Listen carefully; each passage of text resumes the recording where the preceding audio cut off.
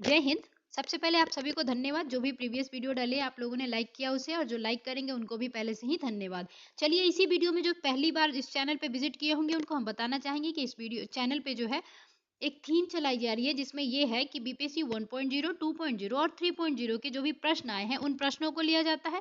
साथ में ये किया जाता है कि वो प्रश्न जहां से पूछे रहते हैं उसी से हम क्या करते हैं, सब्जेक्टिव कर लेते हैं उसी बुक से, ताकि ये हो कि अगर फिर से उस सब्जेक्टिव से क्वेश्चंस बनते हैं आगे, यानी कि उस चैप्टर से, तो आप उस कुछ क्वेश्चन को है बनाने में सक्षम रहे। क्या होता है कि आजकल बीपीएससी जो है वन लाइन बाय लाइन उठा के क्वेश्चंस बना दे रही है, तो उससे आप अगर वो पढ़ लेते हो, चैप्टर्स को ही कंप्लीट कर देते हो, तो आपको बनाने में फायदा होगा। दूसरी चीज ये की जाती है कि उस चैप्टर से रिलेटेड देखा जाता है कि टॉपिक से अगर रिलेटेड कोई ऑब्जेक्टिव है, किसी एग्जाम में पूछा गया है, तो वो ऑब्जेक्टिव भी प्रैक्टिस फॉर्म में कर ली जाती है, ताकि प्रीवियस ईयर का क्वेश्चन अगर रिपीट होता है तो उसको भी आप बनाने में सक्षम हो। तो इसी थीम के तहत चलिए आज का वीडियो होगा, ये वीडियो पार्ट 2 होगा, क्योंकि पार्ट 1 मैंने सब्जेक्टिव जो है पढ़ा दिया है, तो उसे भी आप जरूर देखें। तो चलिए स्टार्ट करते हैं इस वीडियो को। ये वीडियो जो है एमसीक्यू फॉर्म में होगा, ठीक है। ये किसी न किसी एग्जाम में पूछे गए क्वेश्चंस ही होते हैं, तो आप लोग क्वेश्चंस भी जरूर करें, क्योंकि प्रीवियस ईयर के क्वेश्चंस भी रिपीट होते हैं। चलिए, पहला क्वेश्चन क्या है। भारत से उपबंध पूरा चुंबकीय परिणामों से संकेत मिलते हैं कि भूतकाल में भारतीय स्थल पिंड सरका है, यानी विस्थापित हुआ है। तो भारतीय स्थल पिंड जो है उत्तर को विस्थापित हुआ है। कल मैंने चैप्टर में पढ़ाया ही था, जो प्रीवियस वीडियो डली है इस चैनल पे, तो उसमें बताया ही था मैंने कि पैंजिया का जो पहले क्या था, सभी भूमि यानी कि पैंजिया के नाम से जाना जाता था इसको। ये क्या हुआ, दो भागों में टूटा, तो बीच में क्या हुआ, टेथिस सागर आ गया आपका, और नीचे वाले जो दक्षिणी पैंजिया था उसको हमने क्या नाम दिया था, गोंडवाना लैंड के नाम से दिया था, और जो उत्तरी भाग था उसको अंगारा या लॉरेंशिया लैंड का नाम दिया गया था। तो भारत जो था ये गोंडवाना लैंड का ही भाग है, ठीक है। और ये क्या हुआ, धीरे धीरे जो है भूगर्भिक संरचनाओं के थ्रू ये क्या हुआ, भूगर्भिक जो उथल पथल हुए उससे क्या हुआ, बाद में धीरे धीरे महाद्वीपीय सिद्धांत भी आप पढ़ेंगे, उसमें मिलेगा कि ये धीरे धीरे क्या हुआ, भारत जो है उत्तर की ओर मूव करने लगा, ठीक है। उत्तर की ओर ये विस्थापित हुआ, और ये किससे जाके टकराया, यूरेशियन प्लेट, यानी कि यूरोप और रसिया जो है इसको मिला के क्या कहते हैं, यूरेशियन प्लेट। तो यूरेशियन प्लेट से ये टकराया, और आपने देखा होगा कि ये टेथी सागर था, ये फिर नवीनदार, मोहरदार और आपको वलित पर्वत जो हिमालय है उसका निर्माण होता है टेथी सागर का। ये तो आप इसमें चीज में क्या देखे, आप भारत जो है गोंडवाना लैंड, यानी कि पहले दक्षिणी में था, ये दक्षिणी गोलार्ध में, लेकिन धीरे धीरे ये क्या हुआ, अब पूरी तरह आप देखेंगे ये खिसकते खिसकते कहाँ चला गया है, पूरी तरह जो है ये उत्तरी गोलार्ध में एग्जिस्ट करता है। आपने देखा ही होगा भारत जो है कहीं यहाँ पे एग्जिस्ट करता है, ठीक है। यानी कि नॉर्थ और ईस्ट जब भी हम लोग देशांतर देते हैं तो क्या करते हैं, उत्तर लिखते हैं, और जब आप अक्षांश देते हैं तो क्या लिखते हैं, ईस्ट लिखते हैं। तो भारत अभी कहाँ एग्जिस्ट करता है, यहाँ पे नॉर्थ ईस्ट वाले पार्ट में, यहाँ पे ईस्ट करता है, ठीक है। अभी आपसे पूछा जाए कि भारत जो है पूरी तरह किस गोलार्ध में है, तो उत्तरी गोलार्ध में है, ठीक है। तो ये आंसर इसका क्या हो जाएगा, ए, उत्तर को। चलिए थोड़ा सा डिटेल में देख लेते हैं। महाद्वीपीय विस्थापन सिद्धांत के अनुसार भारतीय स्थलपिंड गोंडवाना लैंड का भाग था, ये हमने बता ही दिया। गोंडवाना लैंड में दक्षिण अमेरिका, अफ्रीका, अंटार्कटिका, ऑस्ट्रेलिया और भारत एक ही स्थलपिंड के रूप में जुड़े थे। अब एक चीज और ध्यान रखना है आपको कि गोंडवाना लैंड जो पेंजिया का दक्षिणी भाग था उसमें कौन कौन थे एक प्लेट में, तो वो थे दक्षिणी अमेरिका, अफ्रीका, अंटार्कटिका, ऑस्ट्रेलिया और भारत। आपको पता होगा ये भी चीज, एक चीज याद रखिएगा कि दक्षिणी अमेरिका और अफ्रीका जो है एक दूसरे के मिरर इमेज है, ठीक है। अगर आप देखोगे ध्यान से तो ये रहा दक्षिणी अमेरिका, ये हो जाता है आपका, ये ब्राजील वाला क्षेत्र, ये दक्षिणी अमेरिका है, और ये एक दूसरे के इमेज आपका मिरर बनाते हैं, ठीक है। तो अगर पूछा जाए कि कौन से कॉन्टिनेंट है जो एक दूसरे के मिरर इमेज दिखते हैं, तो ये हो जाएगा आपको दक्षिणी अमेरिका और अफ्रीका। और ये दोनों भी क्या थे, दक्षिणी गोंडवाना लैंड के भाग थे, यानी कि दक्षिणी पेंजिया का भाग थे, ठीक है। तो इसमें ये आपको जो है कंट्री याद रखनी है कि गोंडवाना लैंड के ही भाग थे। उसके बाद मध्यवर्ती मध्यजीवी कल्प में गोंडवाना लैंड के विशाल भूखंड में क्या हुआ, विखंडन हुआ, जिसमें भारतीय स्थलपिंड उत्तर की ओर विस्थापित हो गया, यानी कि मूव हो गया उत्तर की ओर। तो ध्यान रखिएगा पहले भारत जो था दक्षिणी जो पेंजिया है उसमें आता था, यानी कि गोंडवाना लैंड भाग में। अगला प्रश्न है, भारतीय उपमहाद्वीप मूलतः एक विशाल भूखंड का भाग था जिसे कहते हैं, तो अभी हमने देख ही लिया उसे क्या कहते हैं, दक्षिणी पेंजिया यानी कि गोंडवाना लैंड। अगला है, भारत कितने प्राकृतिक प्रदेशों में विभाजित है। अब इसमें क्या बताना है, प्राकृतिक प्रदेशों में कितने में विभाजित किया गया, तो भारत को जो है मुख्यतः प्राकृतिक भू प्राकृतिक भागों में बांटा गया है। वही एनसीईआरटी आप देखेंगे तो उसमें मरुस्थल को भी एक अलग से ले लिया गया है, ठीक है। और एनसीईआरटी के थ्रू जो है आपको भारत को प्राकृतिक प्रदेशों में तो 6 प्राकृतिक प्रदेशों में बांटा गया है। उसमें क्या है एक्स्ट्रा, ये है कि मरुस्थल और तटीय मैदान जो है उसने अलग से मेंशन किया है। तो ध्यान रखिएगा, उसका जब एनसीईआरटी का आप लाइन पढ़ेंगे तो उसमें पता चलेगा कि देखिए उसमें क्या लिखा हुआ है, प्राकृतिक विभागों में विभाजित किया जा सकता है, यानी कि मे भी, यानी कि 6 में, जरूरी नहीं है कि 6 में ही है, ठीक है। तो इससे क्या हो जाता है, इसका आंसर हो जाएगा मुख्यतः अगर पूछा जाए तो 4 भागों में, ऐसे एनसीईआरटी जो है 6 भागों में बांटी हुई है, ठीक है। अब चलिए देख लेते हैं, इसका थोड़ा सा डिटेल दिया हुआ है। भारत के मुख्यतः 4 प्राकृतिक प्रदेशों में विभाजित किया गया है। ये हैं आपके उत्तर का पर्वतीय क्षेत्र, विशाल मैदान, प्रायद्वीपीय पठार तथा तट एवं द्वीपीय। अब देखिए यहाँ पे तट एवं द्वीपीय जो है एक ही में मर्ज कर दिया गया है, जबकि एनसीईआरटी जो है तटीय मैदान को एक अलग से पार्ट मानती है, ठीक है। भारत को 6 उप भौतिक भू आकृतिक प्रदेशों में एनसीईआरटी के अनुसार बांटा गया है, ठीक है। अगला प्रश्न है, उत्तराखंड के किस भाग में पाताल तोड़ कुएं पाए जाते हैं? तो ये आपका तराई क्षेत्र में जो है पाताल तोड़ कुएं पाए जाते हैं। अब इसको देख लेते हैं। पाताल तोड़ कुएं ऐसे प्राकृतिक जल स्रोत होते हैं जो धरातल से स्वतः ऊपर प्रकट होते हैं और सतह पर जल निकलता रहता है।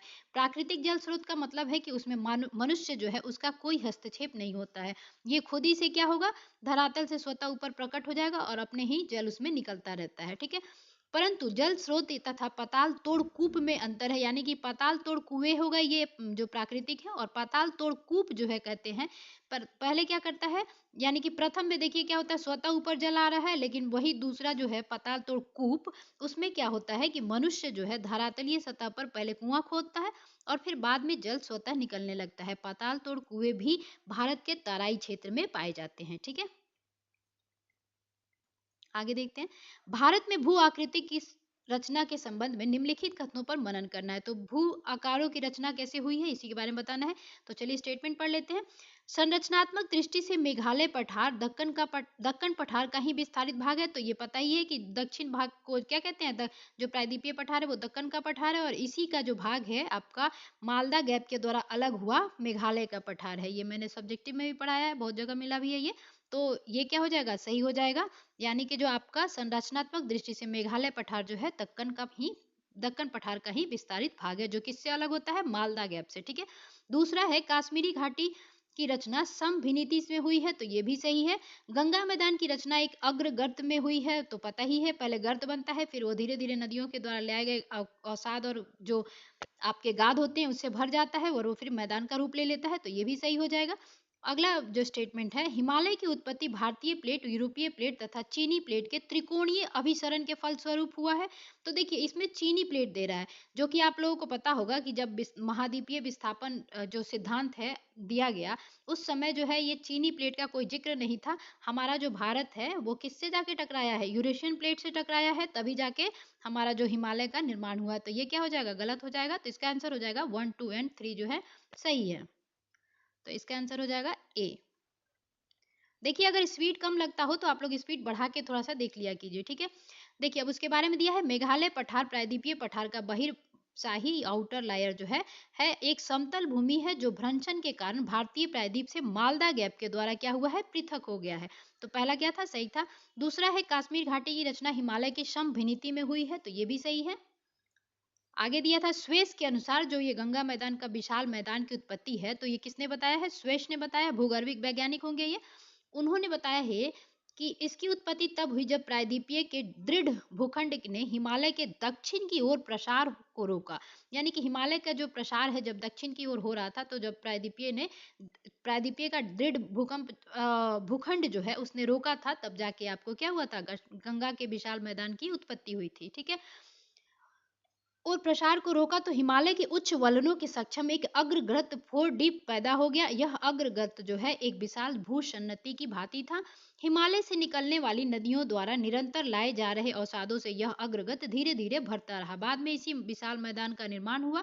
तो ये बताया ही मैंने कि गर्त बन जाता है पहले, फिर नदियों द्वारा लाए गए जो अवसाद होते हैं उसे भरते भरते एक विशाल मैदान की, और वो भी उसमें नदियों द्वारा ही लाया गया रहता है। तो जलोढ़ मिट्टी भी देखने को ज्यादा मिलता है उसमें। अगला है उसी हिमालय के बारे में जो उत्पत्ति थी, भारतीय प्लेट और यूरोशियन प्लेट के टक्कर से हुई चीनी प्लेट का। देखिए जो हिमालय है उसकी उत्पत्ति किससे हुई है, भारतीय प्लेट और यूरेशियन प्लेट की टकराने से हुई है, ना कि चीनी प्लेट से। और चीनी प्लेट जो है टेक्टोनिक्स थ्योरी थी उसमें कहीं भी जिक्र नहीं किया गया है। तो इसलिए क्या हो जाएगा, वो चौथा स्टेटमेंट जो था गलत था। ठीक है, ध्यान रखिएगा। जो भारतीय प्लेट है और यूरेशियन प्लेट है वो अभिसारी गति हुई थी उनमें बीच में, ठीक है। तो आपने पढ़ा होगा गतियां जो है 3 प्रकार की होती है, अभिसारी, अपसारी और समांतर। तो अभिसारी में क्या होता है, एक दूसरे के समक्ष आते हैं, यानी कि दो प्लेटें जो होती हैं एक दूसरे से आके टकराती हैं, ठीक है, ऐसा होता है ना, दो प्लेट। तो ध्यान रखिएगा, अभिसारी याद नहीं होगी, आमने सामने आती हैं, तो याद रखिएगा किसी को भी कहना होता है तो अब भी आ, सामने आ, तो ऐसे बोलते हैं ना, तो वो आ रहा होता है, यानी कि एक प्लेट जो है एक दूसरे के सामने आ रही होंगी, ठीक है। और अपसारी में क्या होती है, प्लेटें जो होती हैं एक दूसरे से अलग जा रही होती हैं। और समांतर में क्या होता है, एक दूसरे के समांतर ही जा रही होती हैं लेकिन अपोजिट डायरेक्शन में जो है जा रही होती हैं, ठीक है। अब अगला प्रश्न क्या है, निम्नलिखित में से कौन सा कथन असत्य है, तो देख लेते हैं। भौमिकीय दृष्टि से प्रायद्वीपीय क्षेत्र भारत का सबसे प्राचीनतम भाग है, तो ये सही है आपका, ठीक है। प्रायद्वीपीय पठार क्या है आपका, प्राचीनतम भाग है भारत का। हिमालय विश्व में सबसे नवीन वलय फोल्डेड पर्वतों का प्रदर्शित करता है, तो बिल्कुल सही है ये। भारत के पश्चिमी समुद्र तट का निर्माण नदियों के जमाव क्रिया द्वारा हुआ है, तो ये वाला चीज जो है आपका नदियों द्वारा नहीं हुआ है, तो ये क्या हो जाएगा, गलत हो जाएगा। इसमें बताना क्या था, असत्य बताना था, तो इसका आंसर क्या हो जाएगा, सी, ठीक है। आगे क्या है, भारत में गोंडवाना शिलाओं में कोयले का बृहत्तम भंडार है, तो कोयला वाला जो गोंडवाना क्षेत्र है वहां पे कोयले बहुत मिलते हैं देखने को, ये बात सही है। चलिए देख लेते हैं, भारत के पश्चिमी समुद्र तट का निर्माण नदियों के जमाव से के द्वारा नहीं बल्कि भूमि के उत्थान एवं निर्गमन के कारण हुआ है। भारत में कोयले का विशाल भंडार यहाँ के गोंडवाना शैलों में पाया जाता है। हिमालय विश्व में सबसे नवीन वलित पर्वतों में से एक है। भौमिकीय दृष्टि से प्रायद्वीपीय क्षेत्र भारत का सबसे प्राचीन भाग है, तो हमने आंसर दे ही दिया था, सी हो गया था आपका आंसर। अब चलिए अगला प्रश्न देख, अगला प्रश्न है आपका, सूची है, सूची 1 सूची 2, इसको मिलान करना है, तो मिला लेते हैं। अब देखिए इसमें दक्कन का ट्रैप दिया है, तो दक्कन के ट्रैप का जो निर्माण हुआ था क्रिटेशियस आदि नूतन काल में हुआ था, नूतन यानी कि नवीन होता है, ठीक है। उसके बाद अरावली पर्वत आपको पता होगा, इसका जो निर्माण हुआ था ये कब हुआ था, प्री कैम्ब्रियन युग में हुआ था। उसके बाद नर्मदा तापी जलोढ़ निक्षेप जो है ये अत्यंत नूतन काल में हुआ था। वहीं आप देखेंगे पश्चिमी घाटी जो है उत्तर नूतन काल में हुआ था, ठीक है। तो इसका आंसर क्या हो जाएगा, यानी कि इसका आंसर हो गया आपको बी नंबर, ठीक है। देख लेते हैं एक बार और, ए का जो है 3 है तो सही है, बी का जो आपका है 1 हो जाएगा, सी का जो है आपका 2 हो जाएगा, सॉरी अरावली प्री कर्म्य, और नर्मदा तप्ती ये वाला, तो सही ऑप्शन क्या हो जाएगा, बी। अब उसी के बारे में दिया है तो थोड़ा सा देख ही लीजिए आप लोग। दक्कन ट्रैप की उत्पत्ति क्रिटेशियस काल के अंतिम चरण में, पश्चिमी घाट पर्वत की उत्पत्ति जो है सेनोजाइक यानी उत्तर नूतन काल में, और अरावली पर्वत की उत्पत्ति कब हुई है, प्री कैम्ब्रियन युग में हुआ है, यानी 570 मिलियन वर्ष पूर्व। नर्मदा ताप्ती जलोढ़ निक्षेप अत्यंत नूतन काल में हुए हैं, ठीक है। अगला प्रश्न है, केरल का कुट्टानाड या कुट्टानाड प्रसिद्ध है, तो ये क्यों प्रसिद्ध है, ये भारत की न्यूनतम ऊंचाई वाला क्षेत्र है, जो कि इसीलिए जो है यहाँ पे अच्छी खेती की जाती है एक तरीके से, तो वो इसलिए ये फेमस है। तो केरल का कुट्टानाड क्यों फेमस हो जाएगा, यहाँ पे भारत का न्यूनतम ऊंचाई वाला क्षेत्र। अब आगे देख लेते हैं, केरल का कुट्टानाड भारत का न्यूनतम ऊंचाई वाला क्षेत्र है, समुद्र तल के नीचे अपनी खेती के तरीकों के लिए प्रसिद्ध है। इसे केरल का धान का कटोरा कहते हैं, और भारत का धान का कटोरा कौन सा है, कटक, ठीक है। कुट्टानाड सतत कृषि और मत्स्य पालन के लिए भी जाना जाता है। खाद्य एवं कृषि संगठन FAO के द्वारा कुट्टानाड की खेती के तरीकों को वैश्विक महत्वपूर्ण कृषि विरासत प्रणाली के नाम से घोषित किया गया है, ठीक है। तो याद रखिएगा कुट्टानाड क्यों फेमस है, न्यूनतम ऊंचाई वाला क्षेत्र है और वहां पे खेती के तरीके जो हैं प्रसिद्ध हैं। अगला प्रश्न है, निम्नलिखित में से कौन सा मरुस्थल है, तो अभी इसमें देखिए ध्यान रहेगा आपको तभी कि भारत का जो पश्चिमी भाग है, जो राजस्थान वाला पार्ट है, वहाँ सिंधु नदी के क्षेत्र भी है और सिंधु सभ्यता का भी बहुत सा पार्ट वहाँ पे देखने को मिला है। तो अब ये याद रहेगा तभी आप बता पाओगे कि सिंधु क्षेत्र जो है मरुस्थल वाला पार्ट है, ठीक है। राजस्थान में फैला हुआ है, हमारा थार मरुस्थल कहाँ है, राजस्थान में है। तो देख लीजिए, भारत का विशाल मरुस्थलीय भाग थार मरुस्थल है, जिसका विस्तार भारत के राजस्थान राज्य तथा पाकिस्तान में है। देखिए 85% तक लगभग राजस्थान में जो है थार मरुस्थल जो है विद्यमान है, ठीक है। लगभग 2 लाख वर्ग किलोमीटर विस्तारित इस क्षेत्र के पश्चिम में सिंधु द्वारा सिंचित क्षेत्र है, इसीलिए क्या हो जाएगा, सिंधु वाला जो क्षेत्र है वो मरुस्थल पार्ट हो जाएगा, ठीक है।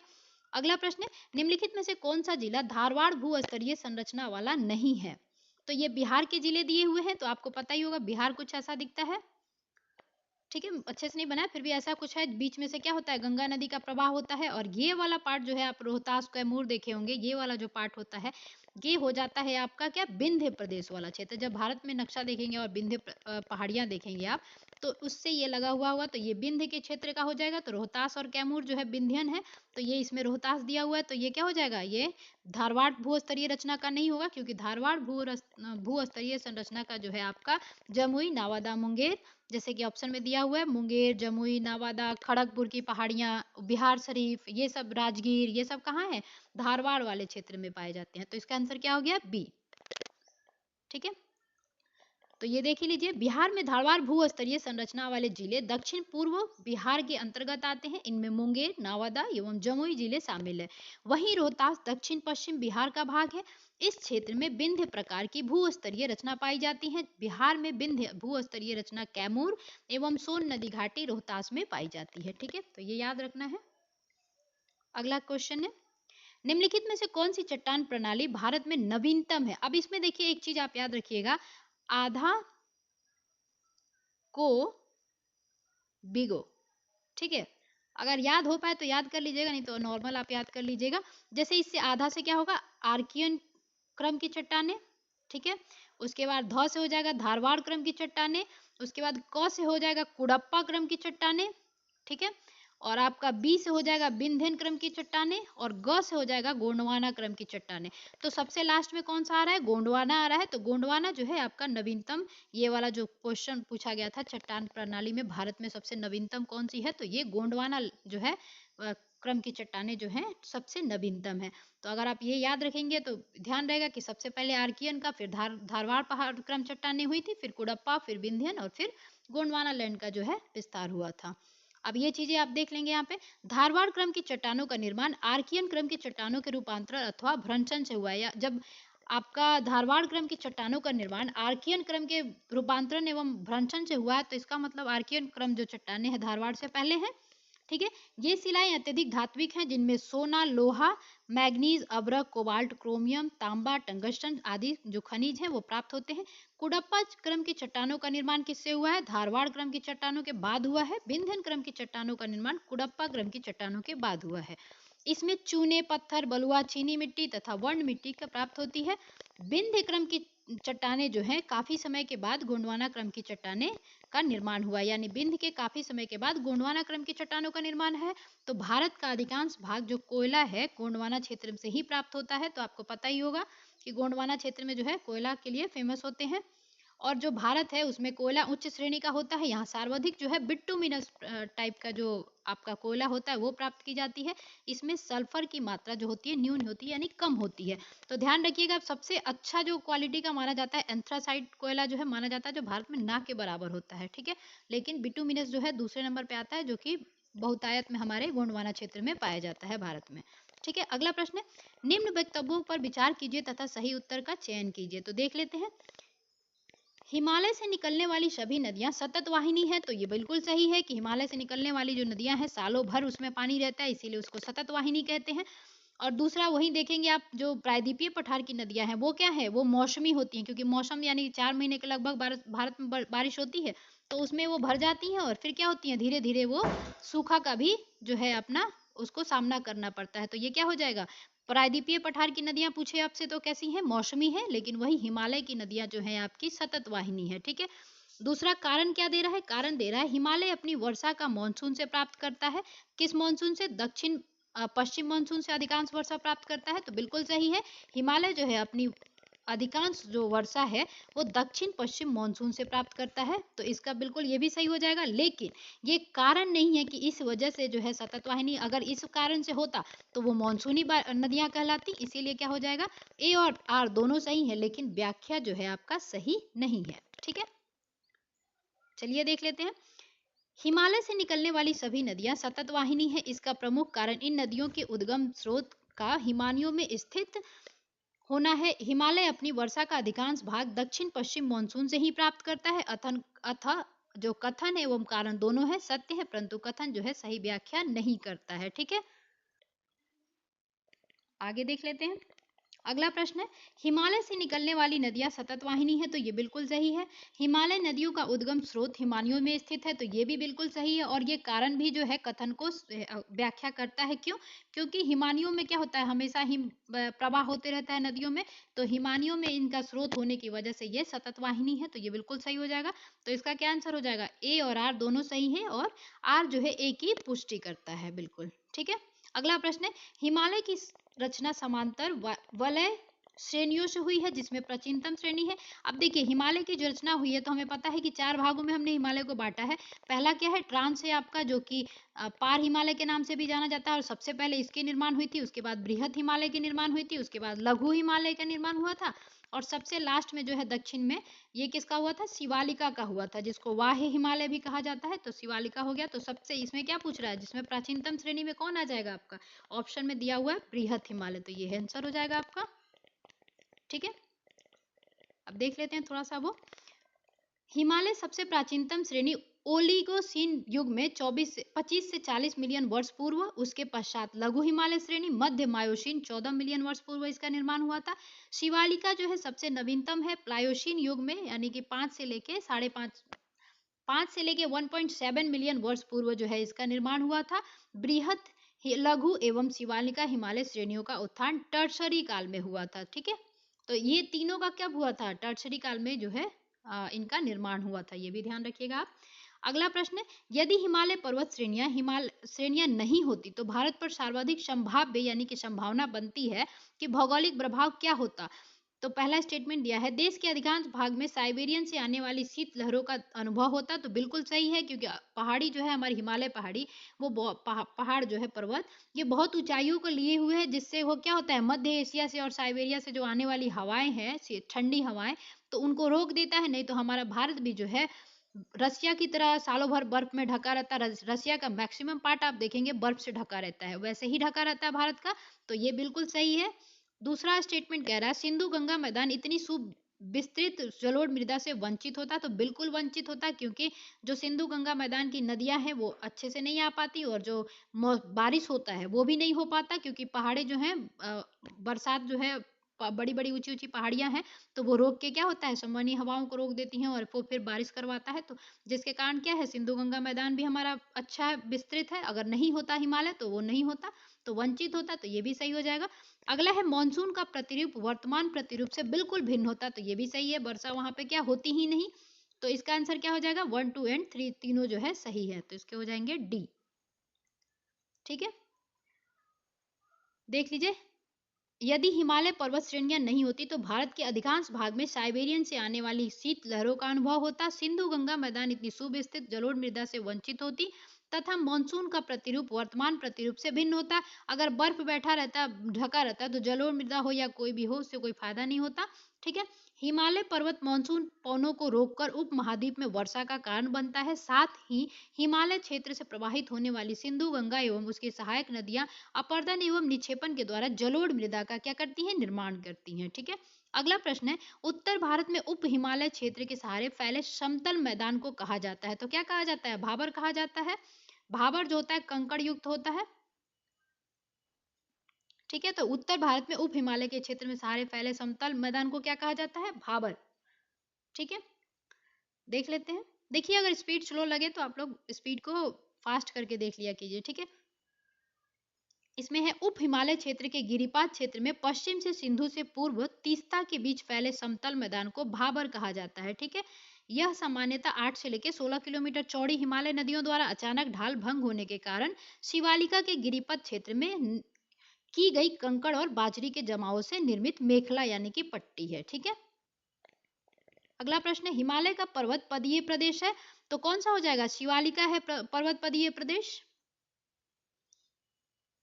हिमालय का पर्वत पदीय प्रदेश शिवालिका श्रेणी की दक्षिणतम भाग पर स्थित है। ये हिमालय की सबसे दक्षिणी श्रेणियां हैं, तो ध्यान रखिएगा, ट्रांस, फिर बृहद, फिर लघु, फिर शिवालिका। तो सबसे दक्षिण में कौन आता है, शिवालिका आता है। शिवालिका के उत्तरी ढालों तथा लघु हिमालय के दक्षिणी ढालों के मध्य अनेक चौरस तल वाली संरचनात्मक घाटियां स्थित हैं, ठीक है। अगला प्रश्न क्या कह रहा है, शिवालिका पहाड़ियों में से किसका हिस्सा, शिवालिका पहाड़ियां निम्न में से किसका हिस्सा है, तो ये किसका हिस्सा है, हिमालय का हिस्सा है, ठीक है।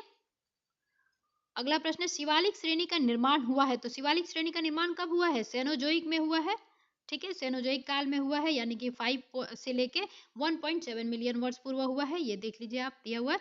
उसके बाद क्या हो जाएगा, आपको ये याद रखिएगा, प्लायोशीन अर्थात सेनोजोइक युग उसी को कहते हैं, ठीक है। तो कहीं कहीं प्लायोशीन युग भी लिखा रहे, तो ये भी क्या है, शिवालिका का निर्माण का काल है, ठीक है। और शिवालिका हिमालय को जो है वाह्य हिमालय के नाम से भी जाना जाता है, तो कहीं शिवालिका हिमालय लिख के ना लिखे और वाह्य हिमालय लिख दे, तो वो भी ध्यान रखिएगा कि शिवालिका हिमालय को ही वाह्य हिमालय कहा जाता है, जो हिमालय का सबसे नवीनतम पार्ट है, जो दक्षिणी श्रेणी है, लास्ट का, ठीक है। उसके बाद अगला प्रश्न है, शिवालिका श्रेणी का निर्माण हुआ है तो कब हुआ है आपका? सेनोजोइक काल में हुआ है, तो आंसर हो जाएगा इसका डी, ठीक है। शिवालिका या वाह्य हिमालय का निर्माण आज से लगभग 5 से लेके 1.7 मिलियन वर्ष पूर्व प्लायोशीन अर्थात सेनोजोइक युग में हुआ है, ठीक है। अगला प्रश्न है, शिवालिका श्रेणियों की ऊंचाई है, तो देखिए शिवालिका श्रेणियों की ऊंचाई जो है 900 से लेके 1100 मीटर के मध्य पाई जाती है, भिन्नता पाई जाती है, कहीं 900, कहीं 1000, कहीं 1100, ऐसे है, ठीक है। तो मेन जो है ऊंचाई क्या है, 900 से लेके 1100 के बीच में है, ठीक है। तो याद रखिएगा ये वाला चीज। और अगर हिमालय का एवरेज पूछा जाए तो 6000 मीटर है, हमने देखा ही था, हिमालय का एवरेज क्या है, ऊंचाई 6000 मीटर। उप हिमालय, या देखिए अब शिवालिका श्रेणी को उप हिमालय के नाम से भी जानते हैं, ठीक है। हिमालय की सबसे दक्षिणतम श्रेणी जिसकी औसत ऊंचाई जो है 900 से लेके 1100 मीटर के मध्य है। हालांकि शिवालिका श्रेणी की ऊंचाई में प्रादेशिक यानी प्रदेश प्रदेश में देखेंगे आप तो भिन्नता पाई जाएगी, ठीक है। अगला प्रश्न है, कुमाऊं हिमालय निम्नलिखित में से किन नदियों के बीच आता है? तो कुमाऊं हिमालय जो है आपको सतलज और काली नदी के बीच के क्षेत्र को कहा जाता है। अब इसके लिए थोड़ा सा आप एक ये चीज याद रखेंगे, जैसे कि यहाँ पे आपको क्या हो गया, सतलज और काली नदी के बीच के क्षेत्र को क्या कहेंगे आप, कुमाऊं हिमालय कहेंगे। तो इसको क्या आप लिख सकते हैं, स क काकू, ठीक है, सकाकू, यानी कि सतलज काली नदी को क्या कहेंगे, कुमाऊं हिमालय कहेंगे। वहीं पे आप लिख लेंगे निकाती, यानी कि आपकी नेपाल हिमालय जो है काली नदी और तीस्ता नदी के बीच को जगह को कहेंगे। उसके बाद आप लिख लेंगे आदिति, अदिति, अदिति क्या हो जाएगा आपको, आपका असम हिमालय जो है आपको वो कौन सी नदी के बीच होगा, दिबांग और तीस्ता नदी के बीच का जमीन को कहा जाएगा। उसके बाद आप लिख लेंगे पशिश, यानी कि पंजाब हिमालय जो है सिंध और सतलज नदी के बीच के क्षेत्र को कहा जाता है। तो अदिति, नेकाती, पशिश और आपका सकाकू, ठीक है। ये ट्रिक याद रखेंगे तो आप कभी कभी ये क्वेश्चन पूछा जाता है तो ये ध्यान रखिएगा, नहीं तो आप ऐसे याद कर लीजिए। कुमाऊं हिमालय सतलज और काली नदियों के बीच स्थित है। सिंधु और सतलज नदियों के बीच के हिमालय के भाग को पंजाब हिमालय कहा जाता है। और काली और तीस्ता नदियों के बीच के हिमालय को क्या कहा जाता है, नेपाल हिमालय यानी कि निकाती। और तीस्ता और दिहांग नदियों के बीच के स्थित हिमालय को क्या कहा जाता है, असम हिमालय यानी कि अदिति, ठीक है। अगला है, देखिए अदिति, नेकाती ये सब जो है ट्रिक है, वो कोई टर्म्स नहीं है, ध्यान रखिएगा, ठीक है। अगला है, शिवालिका सेल समूह के दक्षिणी भाग क्षेत्र का उदाहरण है, तो ये किसका उदाहरण है, गिरिपद की स्थिति का उदाहरण है, ठीक है। भाबर मैदान शिवालिका के गिरिपद क्षेत्र के पश्चिम में सिंधु से पूरब में तीस्ता के बीच फैला हुआ है। 8 से लेकर 16 किलोमीटर चौड़ाई में इस मैदान का निर्माण कंकड़ एवं बंजरी के जमाव से हुआ है, ठीक है। अगला प्रश्न है, जब आप हिमालय की यात्रा करेंगे तो आप निम्नलिखित में से किसको देखेंगे, ठीक है। तो देख लेते हैं क्या क्या दिखेंगे। क्या गहरे खड्डे दिखेंगे, तो बिल्कुल दिखेंगे। और समानांतर पर्वत श्रेणियां भी बिल्कुल दिखते हैं। यू वाले घुमाव वाले नदी मार्ग दिखेंगे, बिल्कुल आपने पढ़ा ही होगा, विसर्प जो नदियों के रास्ते होते हैं, फिर बाद में गोखुर झील, फिर आपको उसको चाप झील कहते हैं, तो ये चीजें आपने देखी होंगी। तो यू घुमाव वाले नदी मार्ग भी देखने को मिलते हैं। उसके बाद यह है, भू संकलन के लिए उत्तरदायी तीव्र ढाल प्रवणता से हिमालय के तरुण वलित पर्वत मोरदार के साक्ष्य कहे जा सकते हैं, तो बिल्कुल कहे जा सकते हैं, ठीक है। ये मिटा दीजिएगा, इसे पढ़िएगा। तो इसके क्या है, ये चारों जो है सही है, तो इसका आंसर क्या हो जाएगा, 1 2 एंड 4, 1 2 3 4 जो है चारों सही है। अब चलिए थोड़ा सा डिटेल देख लेते हैं। तो वही चीज आपको दिया है फिर से, वही कि हिमालय नवीन वलित के साक्ष्य कहे जा सकते हैं, गहरे खड़, यू घुमाव, यू टर्न वाले नदियां मार्ग, समानांतर पर्वत श्रेणी एवं भू संकलन के उत्तरदायी तीव्र ढाल प्रवणता जैसे लवन हिमालय पर सरलता से देखे जा सकते हैं। नवीन मोरदार पर्वतों में ये भू आकृतिक लक्षण प्रमुख स्थान रखते हैं, ठीक है। अगला प्रश्न है, लघु हिमालय किसके मध्य में स्थित है? तो आपने देखा ही कि पहले बृहत हिमालय है, ट्रांस के बाद, यानी टॉप लेवल जो है ट्रांस हिमालय के नाम से जाना जाता है, फिर बृहत हिमालय, फिर आपका लघु हिमालय, फिर आपको शिवालिका हिमालय, यानी कि लघु के बाद क्या आता है, शिवालिका आता है, ठीक है। तो ये किसके किसके बीच में लघु हो जाएगा, शिवालिका और बृहद के बीच में हो जाएगा। तो ये महान बृहद हिमालय को महान हिमालय के नाम से भी जानते हैं, तो इसका आंसर क्या हो गया, शिवालिका और महान हिमालय के बीच मध्य जो है लघु हिमालय स्थित है। ठीक है, देखिए ये वाला दिया हुआ है, या याद रखिएगा, ये ट्रांस हिमालय के बाद महान हिमालय, फिर लघु हिमालय, फिर शिवालिका हिमालय। और ट्रांस हिमालय को पार हिमालय के नाम से भी जाना जाता है। तो कहीं कहीं पार हिमालय लिखा रहे तो वो भी समझ जाइएगा ट्रांस हिमालय कह रहा है। अगला है पश्चिमी भाग में हिमालय की श्रेणियों का दक्षिण से उत्तर की ओर निम्नलिखित में से कौन सा क्रम सही है। अब आपको दक्षिण से उत्तर की ओर चलना है। तो हमने अभी देखा था सबसे टॉप पे क्या है, ट्रांस हिमालय है, और सबसे नीचे कौन सा है आपका, शिवालिका हिमालय है। तो सबसे पहले अगर आप दक्षिण से उत्तर की ओर चलेंगे तो सबसे पहले आपको कौन सा मिलेगा, शिवालिका हिमालय, यानी कि जो ये तो आंसर होगा नहीं, सॉरी ये तो होगा नहीं, दो बी या सी में से होगा। तो देख लेते हैं, शिवालिका के बाद आपको लघु हिमालय, फिर महान हिमालय, तो आंसर कौन सा हो जाएगा, बी। ठीक है, अगला प्रश्न है, निम्नलिखित में से कौन सबसे नवीन पर्वत श्रेणी है। तो देख लेते हैं, तो इसमें देखेंगे विंध्य जो है मध्य भारत में, तो ये नहीं होगा, शिवालिका जो हिमालय का पार्ट है, और हिमालय जो है नवीन पर्वत जो है श्रेणी में आता है। ठीक है, तो उसका आंसर क्या हो गया आपका, शिवालिका। अगला प्रश्न है, अधोलिखित उच्चावच आकृतियों पर ध्यान देना है और फिर क्या करना है, उपरोक्त आकृतियों का दक्षिण से उत्तर की ओर बढ़ते हुए सही क्रम बताना है, यानी कि दक्षिण से उत्तर की ओर बढ़ना है। तो इसके लिए एक चीज और ध्यान रखिएगा, जैसे जम्मू कश्मीर और लद्दाख में जो पर्वत श्रृंखलाएं हैं, तो उसका एक चीज याद रखना है आपको, उस मैंने थ्योरी में ही बताया था कि उसके बाद आपको याद रखना है आपका एल, सॉरी फिर से अच्छे से लिख देती हूँ इसको, के एल जे पी। ठीक है, ये जो है आपके टर्म होंगे, उत्तर से दक्षिण की ओर आएंगे तो पहले काराकोरम मिलेगा, फिर आपका ये एल से हो जाएगा लद्दाख वाला जो पर्वत श्रृंखला है वो मिलेगा आपको, फिर जे से कौन सा मिलेगा, जास्कर, और पी से कौन सा मिलेगा, पीर पंजाल मिलेगा। तो याद रखना है आपको के एल जे पी जो है, के एल जे पी, एक बार दो तीन बार बोलेंगे आप तो आपको याद हो जाएगा के एल जे पी। ठीक है, ये इसी सीरीज में है। तो इसमें कौन सा हो जाएगा, पहले कौन सा मिलेगा, धौलाधर मिलेगा, उसके बाद जास्कर मिलेगा, उसके बाद जास्कर के बाद पीर पंजाल मिलेगा। मतलब उत्तर की ओर बढ़ना है तो पहले क्या मिलेगा, धौलाधर, फिर उसके बाद आपको जास्कर, फिर लद्दाख, फिर आपको काराकोरम। तो सबसे लास्ट में कौन मिलेगा, काराकोरम, यानी कि ऑप्शन जो होगा स्टार्टिंग में धौलाधर और लास्ट में कौन होगा, काराकोरम पर्वत। तो कौन सा हो जाएगा आपका आंसर, ए नंबर जो है ऑप्शन आंसर हो जाएगा। ठीक है,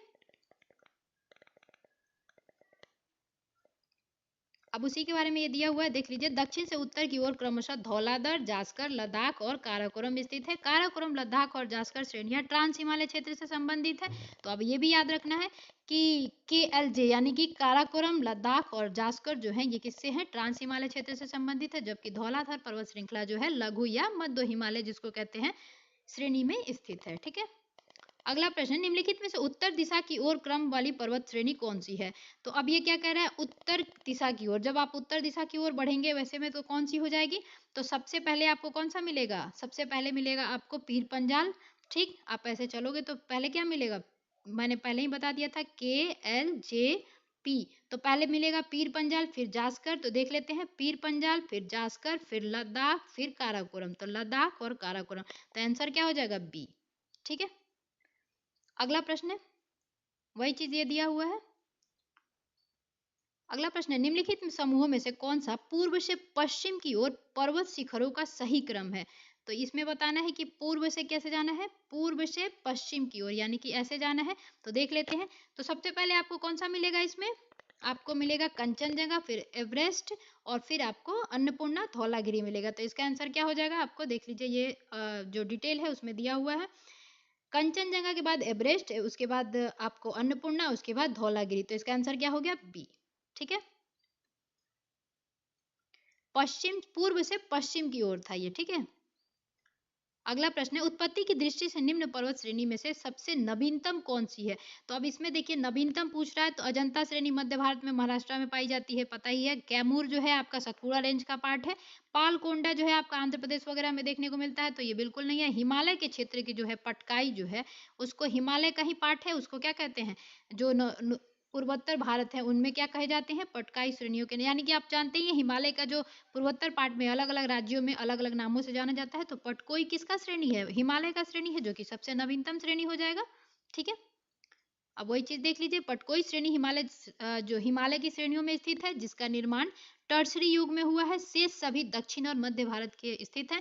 जो प्रायद्वीपीय पठार का भाग है, चूंकि प्रायद्वीपीय पठार जो है भारत का सर्वाधिक प्राचीनतम भूखंड है, अतः हम उपयुक्त में से सबसे नवीन पर्वत श्रेणी पटकोई जो है हो जाएगी आपको। ठीक है, अगला प्रश्न है, निम्नलिखित में से कौन सा पटकाई पहाड़ियों में संलग्न नहीं है? तो आप देखेंगे त्रिपुरा जो है, त्रिपुरा क्या है, ये पटकाई श्रेणी में नहीं आता है। ठीक है, तो ये आंसर हो जाएगा इसका।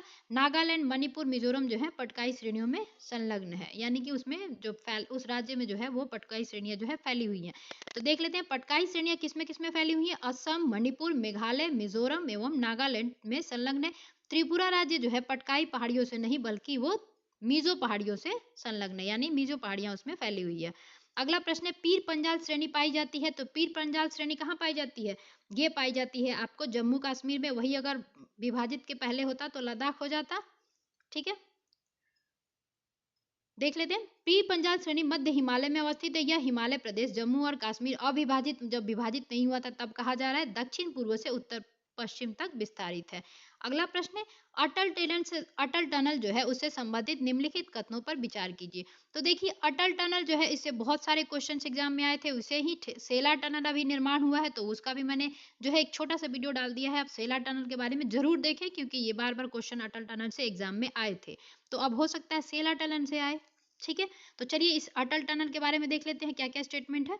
इसका निर्माण सीमा सड़क संगठन यानी कि बीआरओ, बॉर्डर और जो आपका बॉर्डर रोड ऑर्गेनाइजेशन है बीआरओ, उसके द्वारा बनाया गया। तो ये बिल्कुल सही है, सेला टनल भी इसी के द्वारा बनाया गया है।